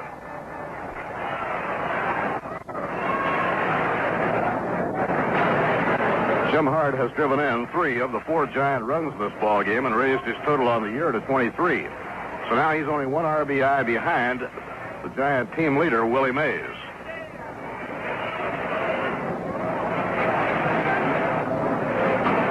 Bill Hepler works off the stretch. Down comes his pitch, and the fastball is under the knees.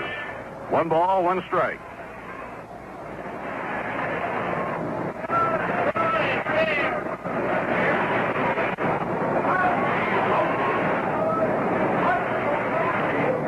The bleachers have completely filled now. And this is going to be very, very close to a capacity crowd.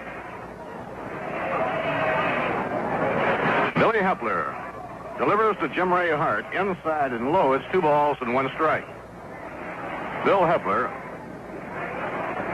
signed his first pro contract with Washington, and he was inked to the contract by George McQuinn, former American League first baseman. He completed 14 out of 28 ball games in the minor leagues last year in his first year out. Today's game is the 3rd major league appearance for the young southpaw. Smash hit hard, a base hit to center by Jim Ray Hart. McCovey around second is on his way to third. Leon Jones fires the ball into Hunt. And Jim Ray Hart has his 2nd hit and 3 times up. He ripped that one, a hard line drive to center field.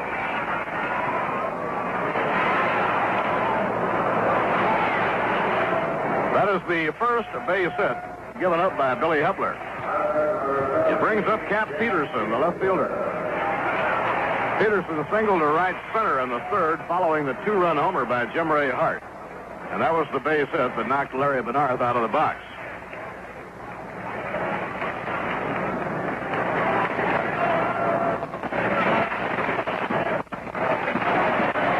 Runners on 1st and 3rd. 2 men away, bottom half of the 5th inning. Giants 4, Mets nothing. Tom Haller is the on-deck batter. Infield, a couple of steps to left. And a curve is outside and high, ball 1.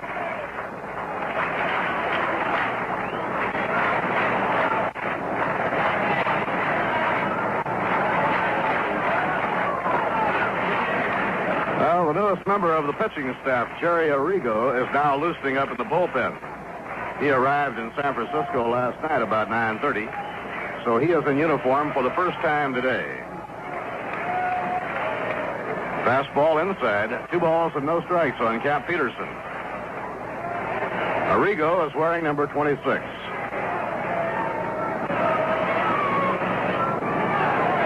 Arrigo was with the Minnesota Twins. and then was traded to Cincinnati for Cesar Tovar. Last year, he divided his time between Cincinnati and San Diego. 25-year-old southpaw.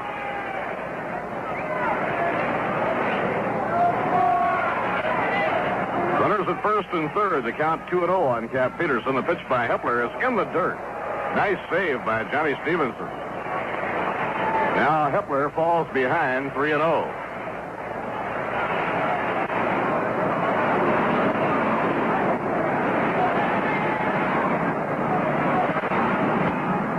Giants start today with a 2.5-game lead in the National League.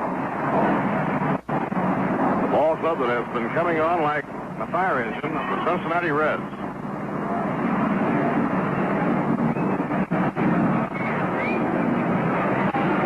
Billy Hepler behind 3-0. Delivers to the plate. A curve inside to load him up.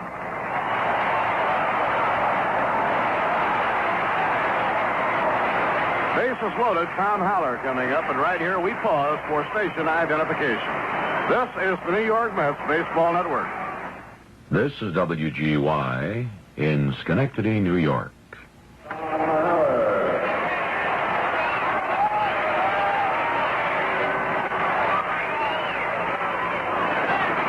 Bob Murphy with Lindsey Nelson and Ralph Kiner from Candlestick Park. Giants have the bases loaded, 2 men out. And left-handed batting catcher Tom Haller is up against Bill Hepler. And the pitch is inside, ball 1.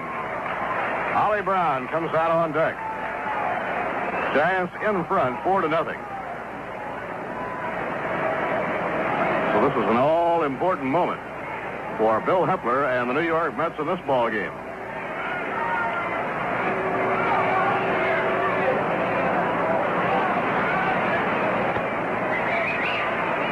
Hepler pitching very deliberately.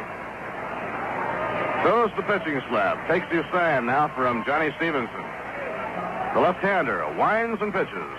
Up high, ball 2.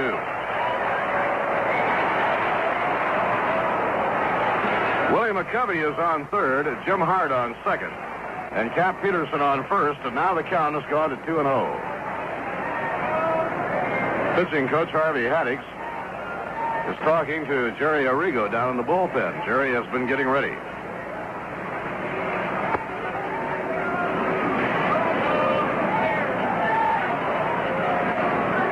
It's 2 balls and no strikes on Tom Haller.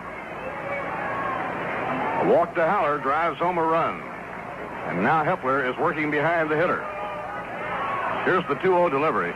A ground ball hit toward the hole. Hunt to his glove side, comes up with it, throws to first, the side is out. Ron Hunt moving swiftly into the hole on the right side of the infield. He came up with that ground ball right on the rim of the outfield grass and fired to Stewart to retire the side. No runs, 1 hit, no errors, 3 left on. At the end of 5, the Giants 4 runs, 6 hits, and no errors. The New York Mets, no runs, 2 hits, and no errors. The Mets will be back in Shea Stadium a week from tomorrow, May 30th, for the Memorial Day doubleheader against Philadelphia. On May 31st, the last day of the month, Jack Fisher will meet with the Fisher members of the fan club. There are 6 fan club dates in June. Now, after you've entered Shea Stadium, you can visit your favorite ball player in the fan club room, but you must obtain fan club tickets in advance. To do so, write to Met Fan Club, Shea Stadium, Flushing, New York. Or you may pick them up at any regular Met ticket outlet. The dates so far that have been announced in June: on June 1st, Dennis Rybant; on the 7th, Rob Gardner; and on the 9th, Gordon Richardson. The other June dates will be announced later. Choice box and reserve seat tickets are available to purchase when you ride in, but, and we repeat, fan club tickets must be ordered in advance, even if you already have the necessary baseball admission ticket.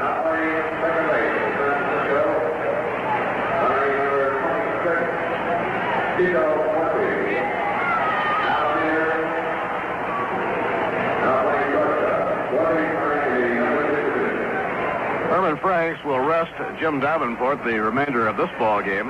Tito Fuentes is now playing second, and Hal Lanier is playing short. Billy Murphy will bat for Bill Hepler as the game goes to the 6th inning with the Giants in front 4-0.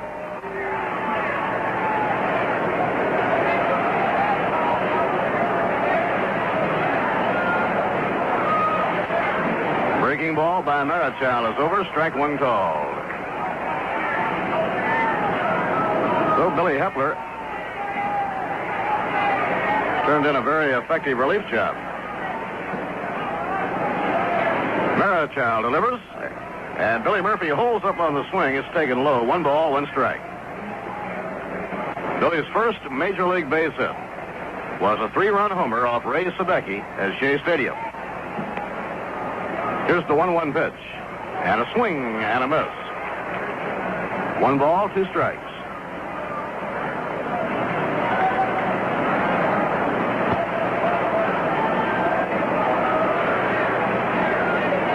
Ron Hunt waiting on deck, then Cleon Jones. The 1-2 pitch, fastball over, strike 3 call. Juan Marichal notching his 3rd strikeout.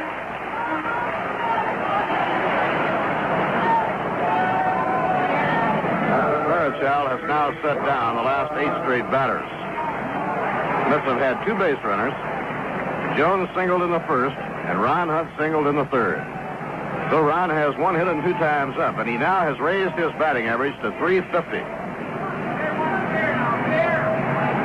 Ron has raised his batting average 103 points in the last 10 days.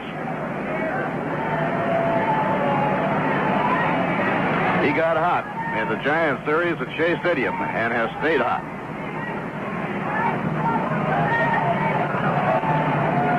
Now the pitch on the way. A high fly ball into right field. Ollie Brown just walks over a couple of steps. He's under it, and he puts it away for the out. 2 outs, nobody on. Top of the 6th inning. It'll bring up Cleon Jones. Cleon singled to left center in the 1st inning and was struck out in the 3rd inning. Marichal, as usual, has not walked a man. Great thing about Juan Marichal and Sandy Koufax, not only do they have such magnificent stuff pitching, but they have superb control. They rarely walk anybody.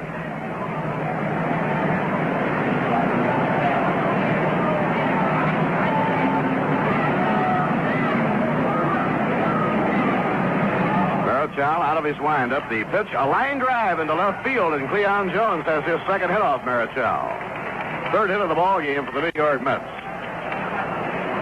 Cleon yanked the curveball on a line right over the shortstop's head in the left field. Johnny Stevenson was in the on-deck circle with his shin guards on with 2 men down, so we're waiting now for Johnny to come up to hit. I can hear somebody, Sandy, back on that upper deck yelling, "Let's go Mets."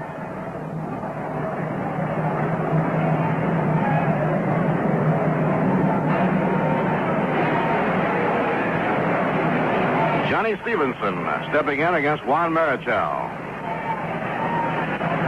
Juan has 6 complete games and 8 starts. Curve is fouled back toward the Giant dugout, no play.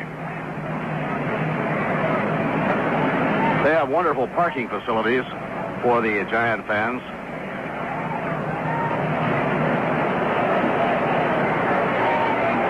The high kick and the pitch by Marichal. 1 ball, 1 strike. They were a little worried that today's crowd might be not quite up to par because of a transportation strike in the area, curtailing the bus activity. But it has had no effect. A swing and a miss by Stevenson, 1-2.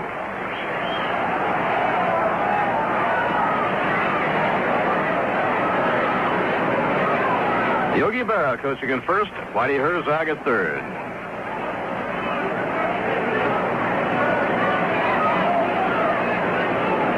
Jerry Arrigo has finished warming up and is coming now into the dugout. He'll be pitching in the last of the 6th inning. A swing and a miss. He struck him out. Marichal struck out 2 in the 6th inning and now has 4 in the ballgame. No runs, 1 hit, no errors, 1 left. At the end of 5 1/2, the Giants 4 and the New York Mets nothing. Too bad about radio. Oh, what do you mean? Well, since television, you know, hardly anybody listens to radio anymore. Oh, I wouldn't worry about that if I were you. There's a radio in use for every man, woman, and teenager in America. Really? Gee, I'd hate to think of them all turning them on at once. They do. Every morning. Who listens to radio? That's go where you go, medium called radio. That's with you every night through the long commuter fight, and in the morning with your toast and mama lady-o. Who listens to radio? No matter if it's summer, winter, spring, or fall. Who listens to radio? Only 150 million people. That's all.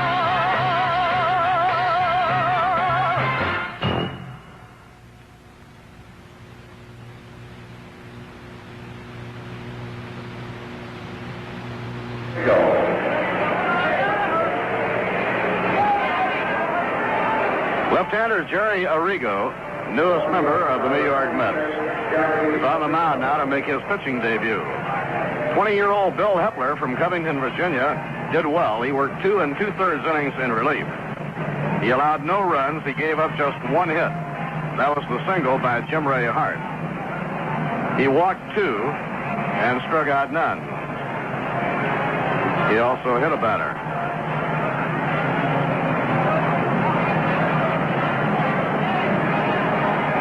So Jerry Arrigo, who arrived last night to join the New York Mets, he is in the ball game. Jerry is a tall, well-built, blonde left-hand pitcher of Italian and Russian ancestry, 25 years old. Came up with the Minnesota Twins, later was dealt to Cincinnati for Cesar Tovar. Last year divided the season between Cincinnati and San Diego. He saw only limited duty in spring training this year. He worked only about 7 innings all spring. And he has pitched only 7 innings this year. He relieved in a ball game against the Giants, worked 2 innings, allowed 1 run. He relieved in a game against the Dodgers, worked 3 1/3, allowed 1 earned run. And his last outing was on the 11th of May. High pop fly off the first pitch thrown by Arrigo by Ollie Brown. Under the ball is McMillan, and Mack makes the catch. So Jerry gets off to a good start. On 1 pitch, he retires Ollie Brown.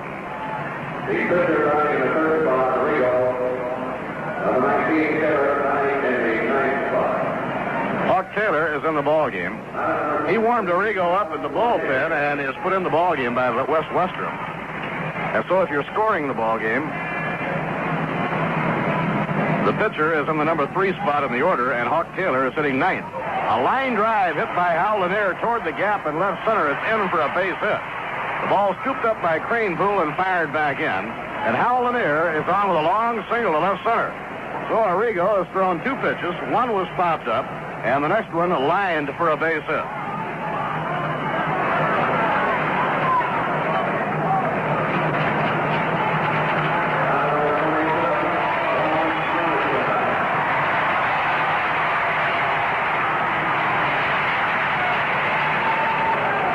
Big hand for Juan Marichal.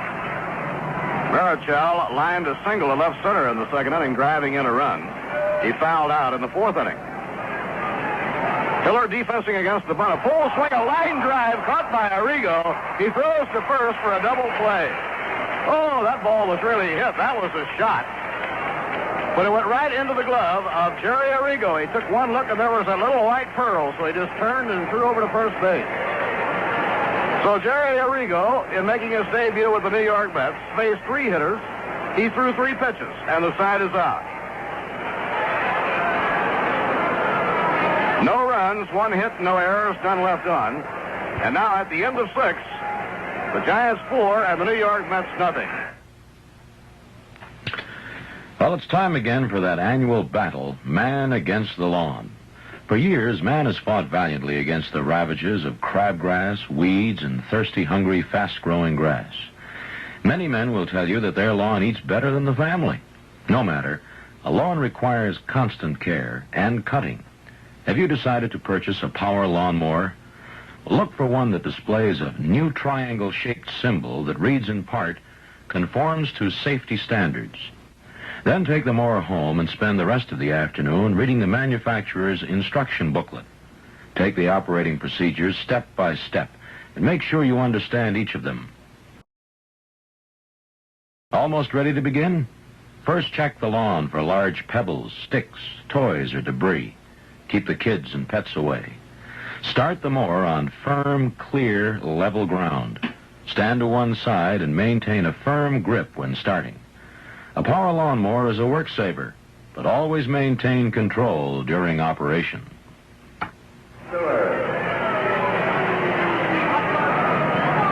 Now for the San Francisco Giants, Tito Fuentes comes into the ballgame at second base. Hal Lanier moves over to shortstop, and Jim Davenport comes out of the game.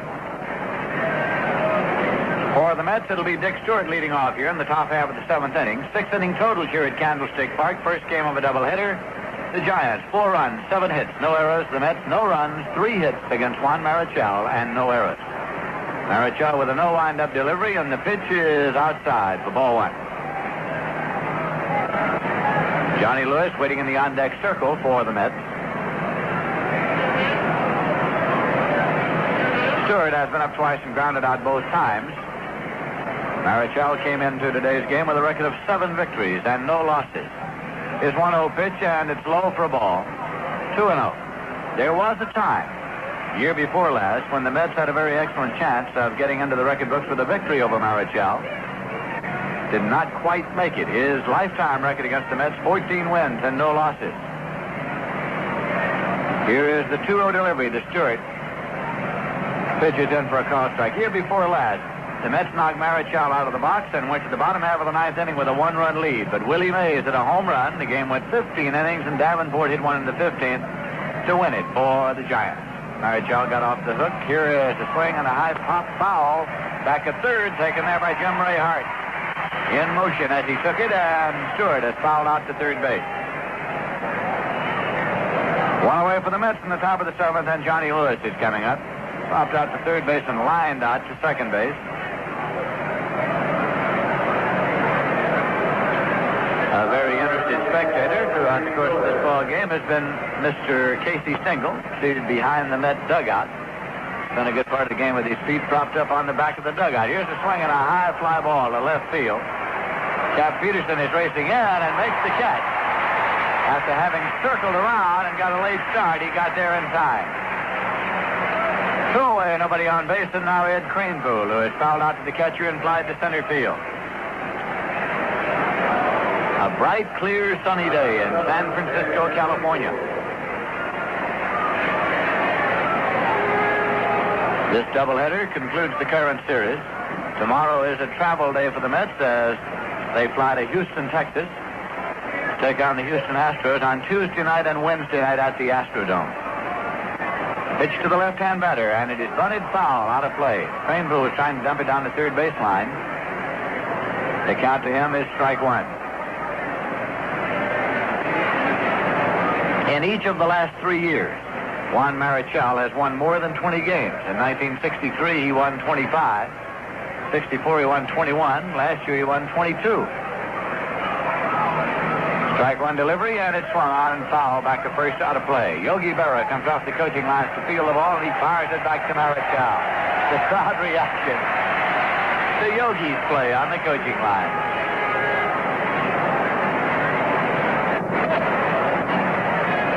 Yogi Berra never played in the National League, except for brief appearances with the New York Mets last year. But he's well known everywhere he goes. Here's the pitch low. 1-2.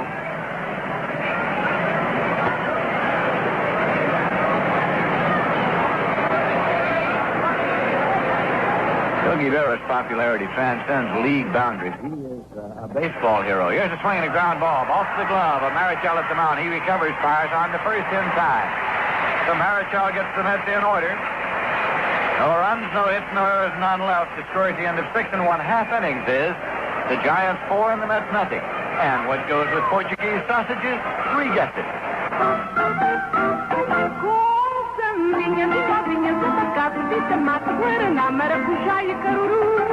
If you go to Lisbon, you're sure to hear the fado songs Portugal is famous for.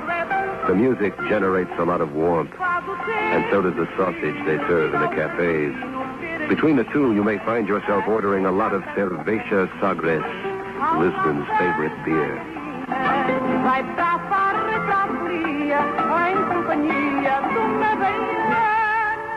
You can raise the same thirst with the same sausages and songs in New York City, and maybe you'll quench it with the favorite local beer, Cerveja Rheingold. In fact, in New York City, where there are more kinds of food and music than anywhere else in the world, more people buy Rheingold Extra Dry than any other beer. How come? Maybe it's the French malt we use. Whatever it is, we must be doing something right.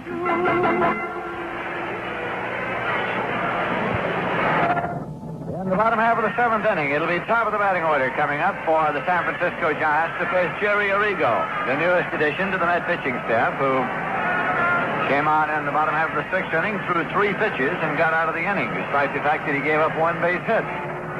Got Ollie Brown on a pop to short, Lanier on 1 pitch single to left, and Marichal on 1 pitch lined into a double play right back to Arrigo and on over to Dick Stewart at first base. Don Landrum is a left-hand batter who is grounded out short to first, lined out to left field, and grounded out to first base unassisted. The Giants lead here by a score of 4-0. They got a singleton in the bottom of the first, another in the bottom of the second, added 2 in the bottom of the third, and that's where we stand. All 4 runs charged against starter Larry Bernard. So the Mets here's a swing and a miss for strike 1. Landrum playing center field for the Giants in this first game of today's doubleheader as Captain Willie Mays is being rested. He appeared at home plate with the lineup cards as the captain of the Giants before the start of the ball game and then retired to the dugout, perhaps to the locker room. Here's the pitch in for a called strike. Breaking ball from Jerry Arrigo. Obtained by the Mets from the Cincinnati Reds. Now the 2-strike delivery. This is outside for ball. It's 1-2. The addition of Arrigo, of course, gives the Mets another possibly starting left-hander and certainly another left-hander for bullpen duty. Here's the 1-2 pitch, swung on foul back, out of play. Now it holds at 1-2 to Don Landrum.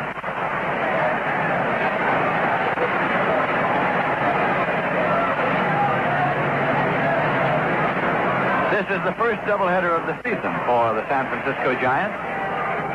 And the fans have certainly turned out for this one. 1-2 pitch. Breaking ball hit on the ground towards second, and it's taken by Hunt back on the outfield grass. He placed the first in time. Hunt had to move swiftly to his glove side and range back a couple of steps on the outfield grass to make the play on the ball hit between first and second. Tito Fuentes coming up for his first time in this game. Fuentes has been out with an injury sustained in the Dodgers series in Los Angeles between the Giants and Dodgers just before the Mets came in here. The Mets will be in Los Angeles next weekend. Friday night, Saturday night, Sunday singleton. This pitch is in for a called strike. Tito Fuentes.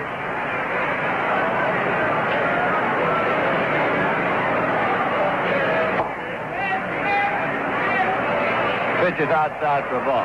Some very interesting wind currents in this ballpark. I am looking right now at a hot dog wrapper, which is just sort of hanging up in the air at a level and floating around up there without either ascending or descending. Here's a pitch from it, hit on the ground between Hiller and the bag. Fair ball down the line and left. Charged by Cranesville. Up with it. Fuentes takes a wide turn and holds it first. A sharp single to left. Drilled on the ground between third baseman Chuck Hiller and the bag. Second hit for the Giants off Jerry Arrigo and brings up Willie McCovey. Big stretch today has singled, struck out, and was hit by a pitch ball. The Giants 4, the Mets nothing. Bottom half of the seventh inning, first game of a Sunday doubleheader. Left-handed, Jerry Arrigo off the stretch. Pitch to the left-hand batter, swung on foul. Back of first base, out of play. Cookie Lavagetto on the coaching lines at first base for the Giants. He spent 2 years as a coach with the New York Mets and was in ill health the latter part of the second year. Preferred to work closer to his home in Oakland, if at all possible. There's a swing and a drive into right field for a base hit. It is on by Johnny Lewis. Hits the wire fence in right. Fuentes is being held up at third, and McCovey stands with a double at second base. Johnny Lewis is reaching down for that ball and just didn't bend his back far enough, and it went right under the glove and all the way out to the wire fence in right field. So now the Giants have runners at second and third.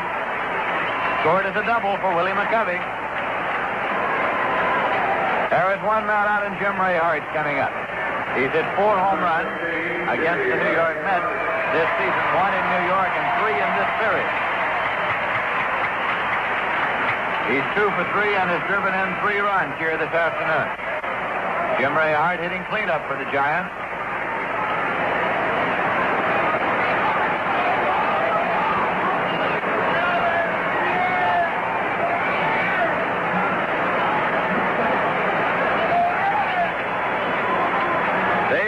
Is up and throwing in the bullpen for the New York Mets under the watchful eye of pitching coach Harvey Haddock. And Jim Ray Hart is being intentionally walked. The pitch is outside.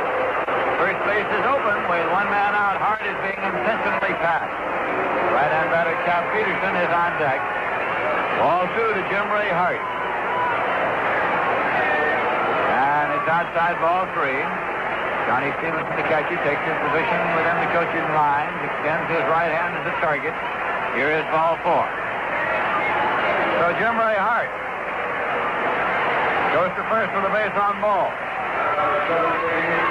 Cap Peterson's coming up. He's 1 for 2 in a walk. Manager Wes Weston is going to the mound. Walking slowly out there. Hand thrust deeply in the right hip pocket as he walks.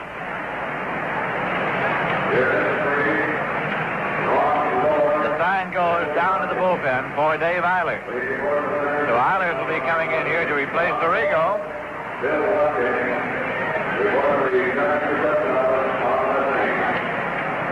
Arrigo has pitched 1 1/3, at which he has given up no runs to this point. Has been touched for 3 hits.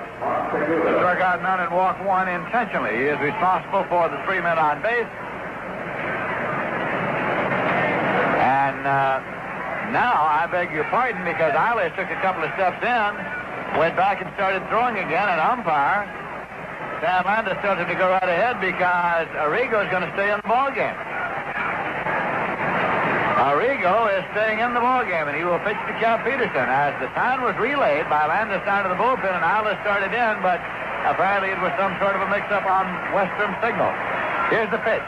Swung on in on the ground, a slow roller toward third, taken by Hiller. He throws to first, and out there, but the run scores and runners move up. Fuentes crosses the plate, and the Giants lead 5-0.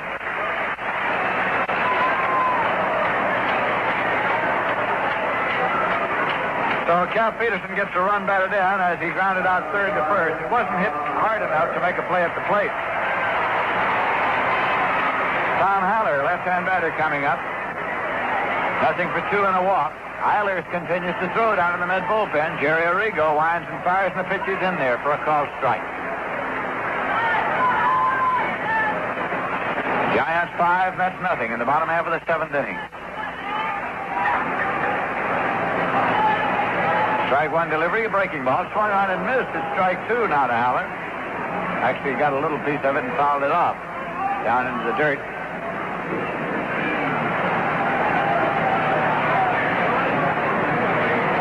Holly Brown waits on deck.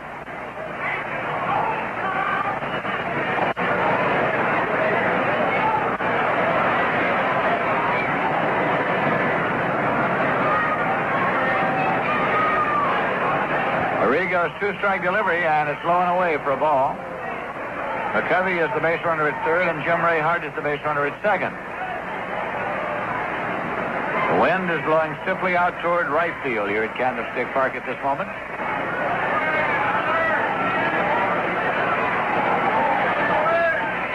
The 1-2 pitch just missed outside. Arrigo thought he might get a call. Came down off the mound. It's 2-2.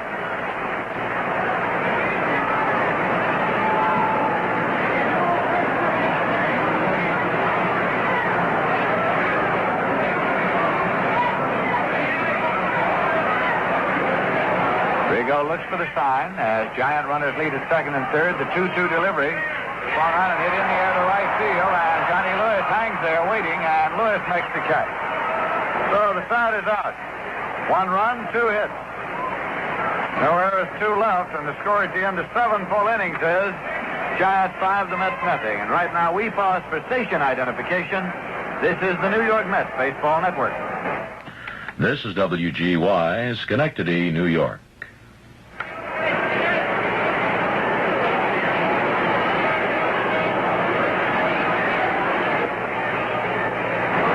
This is Lindsey Nelson with Ralph Kiner and Bob Murphy at Candlestick Park in San Francisco, California. Let's check the scoreboard. The National League first game of a doubleheader at the end of 7 innings of play. The Atlanta Braves 5 and the Chicago Cubs 1. Dick Ellsworth relieved by Bill Paul in the 5th for the Cubs. Wade Blattingham's been in all the way for Atlanta. The end of 3.5 innings in Los Angeles. The Pittsburgh Pirates 4 and the Dodgers nothing. Bob Beal for the Pirates, Claude Osteen for the Dodgers.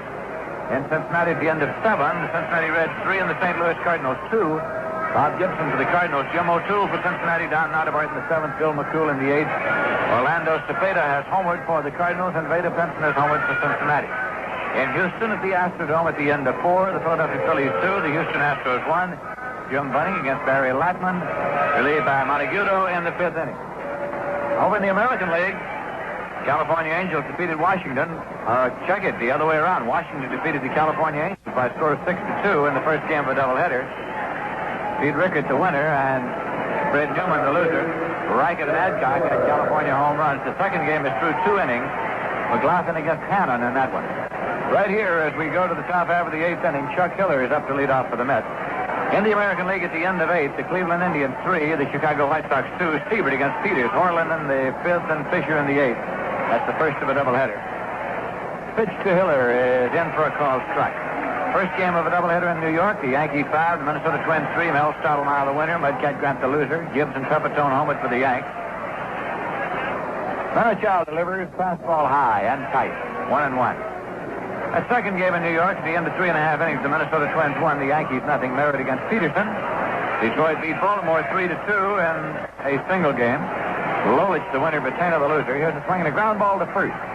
Taken there by Stretch McCovey. He jogs to the bag, and Hiller has grounded out to first base on the 50. The Boston Red Sox defeated the Kansas City A's today 5-1. Earl Wilson the winner, and Ralph Terry the loser. Jones homered in the 5th with nobody on for Boston. Right here, Roy McMillan is coming up for the Mets in the top half of the 8th inning, with the Giants leading by a score of 5-0. That's high and away for a ball. Hawk Taylor is on deck now for the New York Mets, with Jerry Arrigo scheduled up next. Here's a pitch inside. Hawk Taylor has not appeared in a game since being brought back from Jacksonville.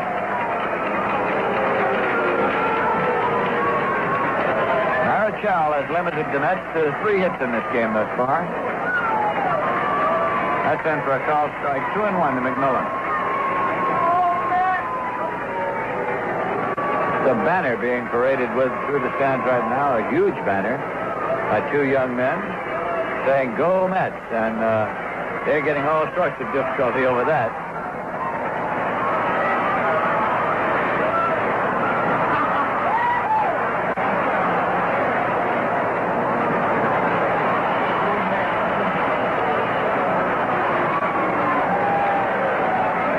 Marichal with the 2-1 pitch. Swung on and hit deep to center field by McMillan, but right there is Don Landrum calling, and he makes the catch. 2 away, and Hawk Taylor's coming up. Say, how many good jokes did your favorite bartender tell you last year? 50? 100? A couple of hundred? Well, National Tavern Month is your big chance to pay him back a little bit. Why don't you tell your bartender one good joke this month? And you might buy him a glass of Rheingold, too. You might appreciate that more than the joke. Hawk Taylor up. Pitches outside for a ball. Taylor's first time up this season with the New York Mets. Right-hand batter. Marichau's pitch swung on and hit in the air to first base, and McCovey backtracked a little bit and makes the catch. So strides out in order with no runs, no hits, no errors, none left, and the score at the end of 7.5 innings is the Giants 5 and the Mets nothing. And here's a song about the accordions of France. The music has a certain je ne sais quoi, like something else you'll hear about.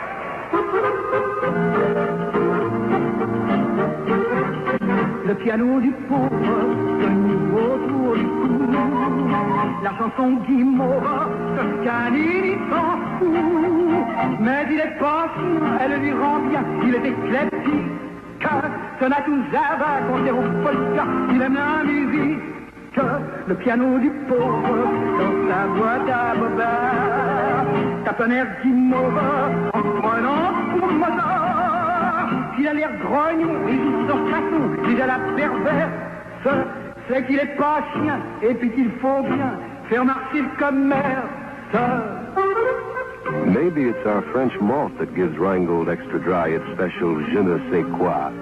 But whatever it is, we must be doing something formidable. Alors tu viens, bon, tu vas pas rester là tout seul toute la soirée. Allons, viens.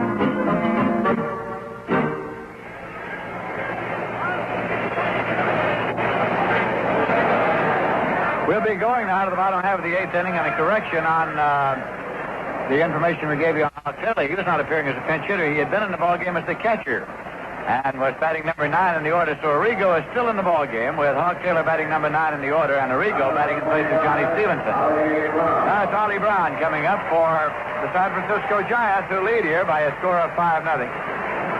Brown is nothing for 2 and a walk, a right-hand batter. And Arrigo winds and fires. The pitch is swung on and missed for strike 1.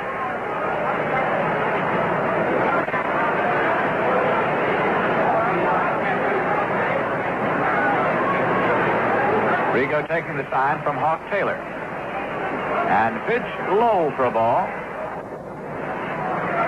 1-1.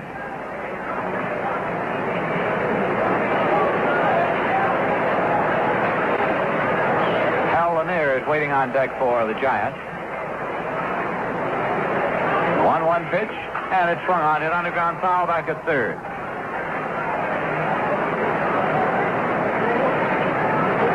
In the second game here today, Jack Hamilton will pitch for the New York Mets, and left-hander Ray Sadecki for the San Francisco Giants.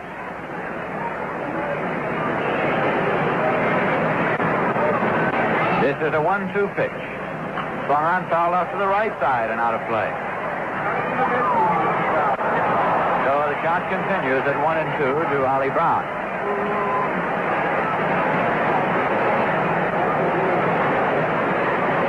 We'll be bringing you the game between the Mets and the Houston Astros Tuesday night from Houston. Radio coverage only, and we'll be on the air at 9:25 p.m. New York time. Breaking ball swung on and popped up in short left field. Shortstop Roy McMillan retreats, slips the glasses. Underneath, he makes the catch. Ollie Brown is popped to short, one away, and that brings up Hal Lanier, who now is playing shortstop for the Giants. Started the game at second base. Lanier is 1 for 3.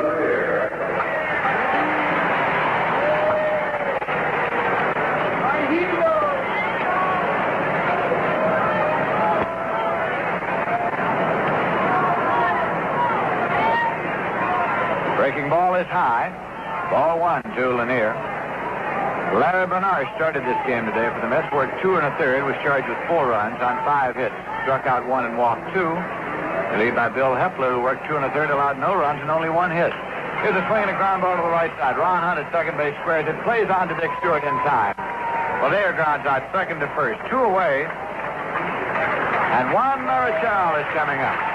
He's 1 for 3. Single is out of the run in the second inning. Getting a big hand from the Giant fans here. Marichal, who at this stage victory of this season with no losses.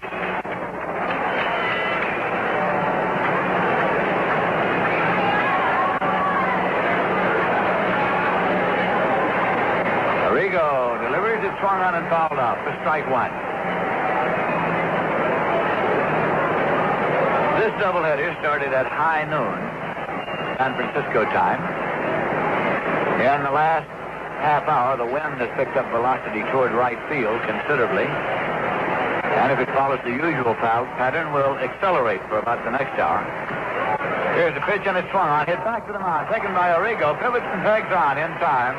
So Marichal grounds out, pitcher to first, and Arrigo sets the side down in order. No runs, no hits, no errors, none left. And the score at the end of 8 full innings is the Giants 5 and the Mets nothing. This is it. You've just locked your suitcase. It's loaded with $5,000. You're making a getaway with your whole family on a Starstream jet. Why? You're first prize winner in Pepsi-Cola's $2 million worldwide family shopping spree. You're flying to your favorite TWA foreign capital city with $5,000 shopping money. And that's only part of the fun. There's a hometown shopping spree, too. All the groceries your family can carry to the checkout in 30 minutes are yours free. Runner-up prizes from Pepsi include new Oldsmobile station wagons, quarter-hour grocery shopping sprees, over 150,000 prizes, including valuable gift certificates redeemable in your favorite Pepsi outlet. Enter Pepsi-Cola's $2 million worldwide family shopping spree today. Free entry blanks wherever Pepsi-Cola products are sold. Void where prohibited by law. Enter Pepsi Shopper Spree today. You can share in over $6,000 worth of local prizes to be awarded weekly. Details wherever Pepsi-Cola is sold. Okay, Lindsay, 5-0 game. The Mets need 5 to tie. And they'll have Ron Hunt as their leadoff batter. He'll be followed by Cleon Jones and Johnny Stevenson. Juan Marichal working for the Giants with a record of 7-0 for the season and working on his 8th win against no losses. Juan has given up 3 base hits in the game. He has struck out a total of 4 batters, and he has walked none. Juan has pitched 2 previous shutouts this season, and he has had 6 complete games. Ron Hunt with 1 of the 3 hits. Cleon Jones, the on-deck batter, with 2 of the 3 hits. And the first pitch to Ron is a check swing, a little ground ball down toward first base. A race for first. Marichal's there first. He makes the play, and he is stepped on. Now Marichal down to the ground. He was stepped on. His right foot stepped on as Ron Hunt was out. Marichal had some trouble with an ankle and missed 1 day of his regular term. Possibly he turned the foot. So the Giants now have had 2 of their big men injured to some extent in this game. One now limping back to the pitcher's mound. He's all right. Willie McCovey was hit by a pitch ball, and there was some concern as it took a few minutes for him to determine that everything was all right. Ron 1 for 4 in the game. He started hitting at .347. And as he came up for his final turn at bat, his average was at .347 again after going up to .350, and now he is down under that figure. Marichal taking a couple of warm-up pitches, indicating that he is all right. The next batter will be Cleon Jones.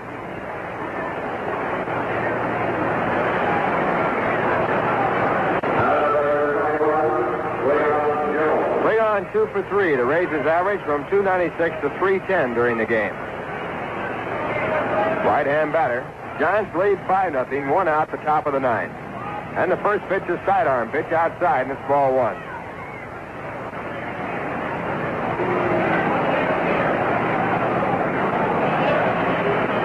Now Marichal taking the signs from Tom Haller. His next delivery, again sidearm. This one over the outside corner. Called a strike. 1 ball, 1 strike.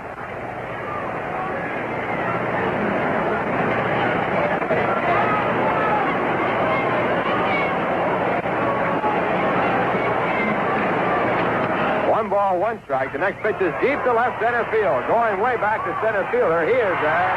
And Don Landrum puts it away.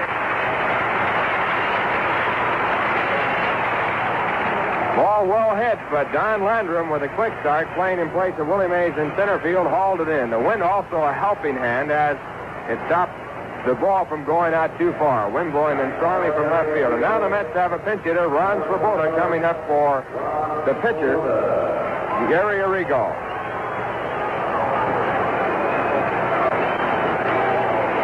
Mets are down to their last out here in the ninth inning. The Giants lead 5-0. Swoboda, right-hand batter, hitting 158 with 1 home run, 5 runs batted in. He takes outside, it's the ball. Ron was a pinch hitter in yesterday's ball game and grounded the deep short and was out in a very close play at first. Now the 1-0 pitch, taken inside, it's ball 2. This time, Marichal right off the top. 2 balls, no strikes.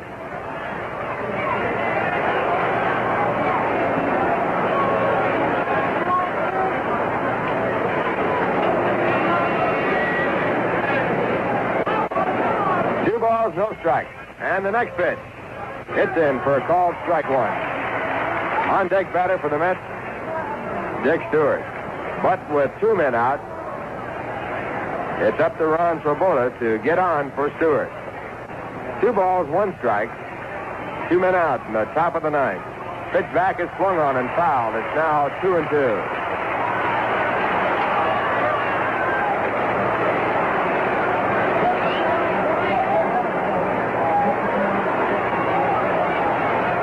Giants with a run in the first, a run in the second, 2 in the third, and a run in the seventh, leading 5-0. A swing and a foul back on the screen, and the count holds at 2 balls and 2 strikes. Ron Swoboda keeping the game going, fouling off the pitch from Ron Marichal.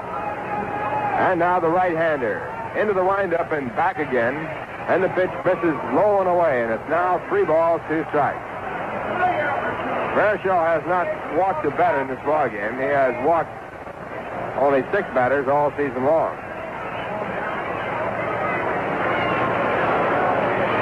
Three balls, 2 strikes. The windup and the pitch. Curveball, a hard swing, and a foul.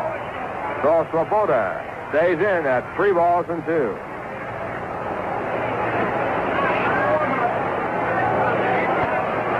Marichal looks for the sign. Has them, goes into the windup, tries again. And the pitch is inside and high, ball 4. Marichal walks his first man. Swoboda becomes the 4th base runner against the right-hand pitcher. And it brings up Dick Stewart.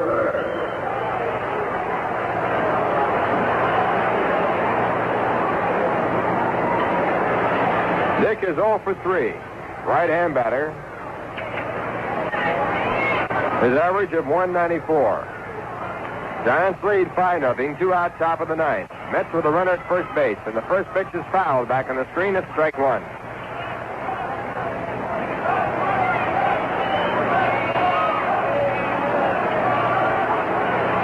Juan Marichal checking the signs from Tom Howler. Now checking it first, coming back again. The pitch is a changeup that swung on and fouled over the top of the screen, strike 2. So Marichal at 0-2 with 2 out in the top of the ninth. Giants have 5 runs, a total of 9 hits. Mets have no runs and 3. And the next pitch, swung on and missed, strike 3, and that's the ball game.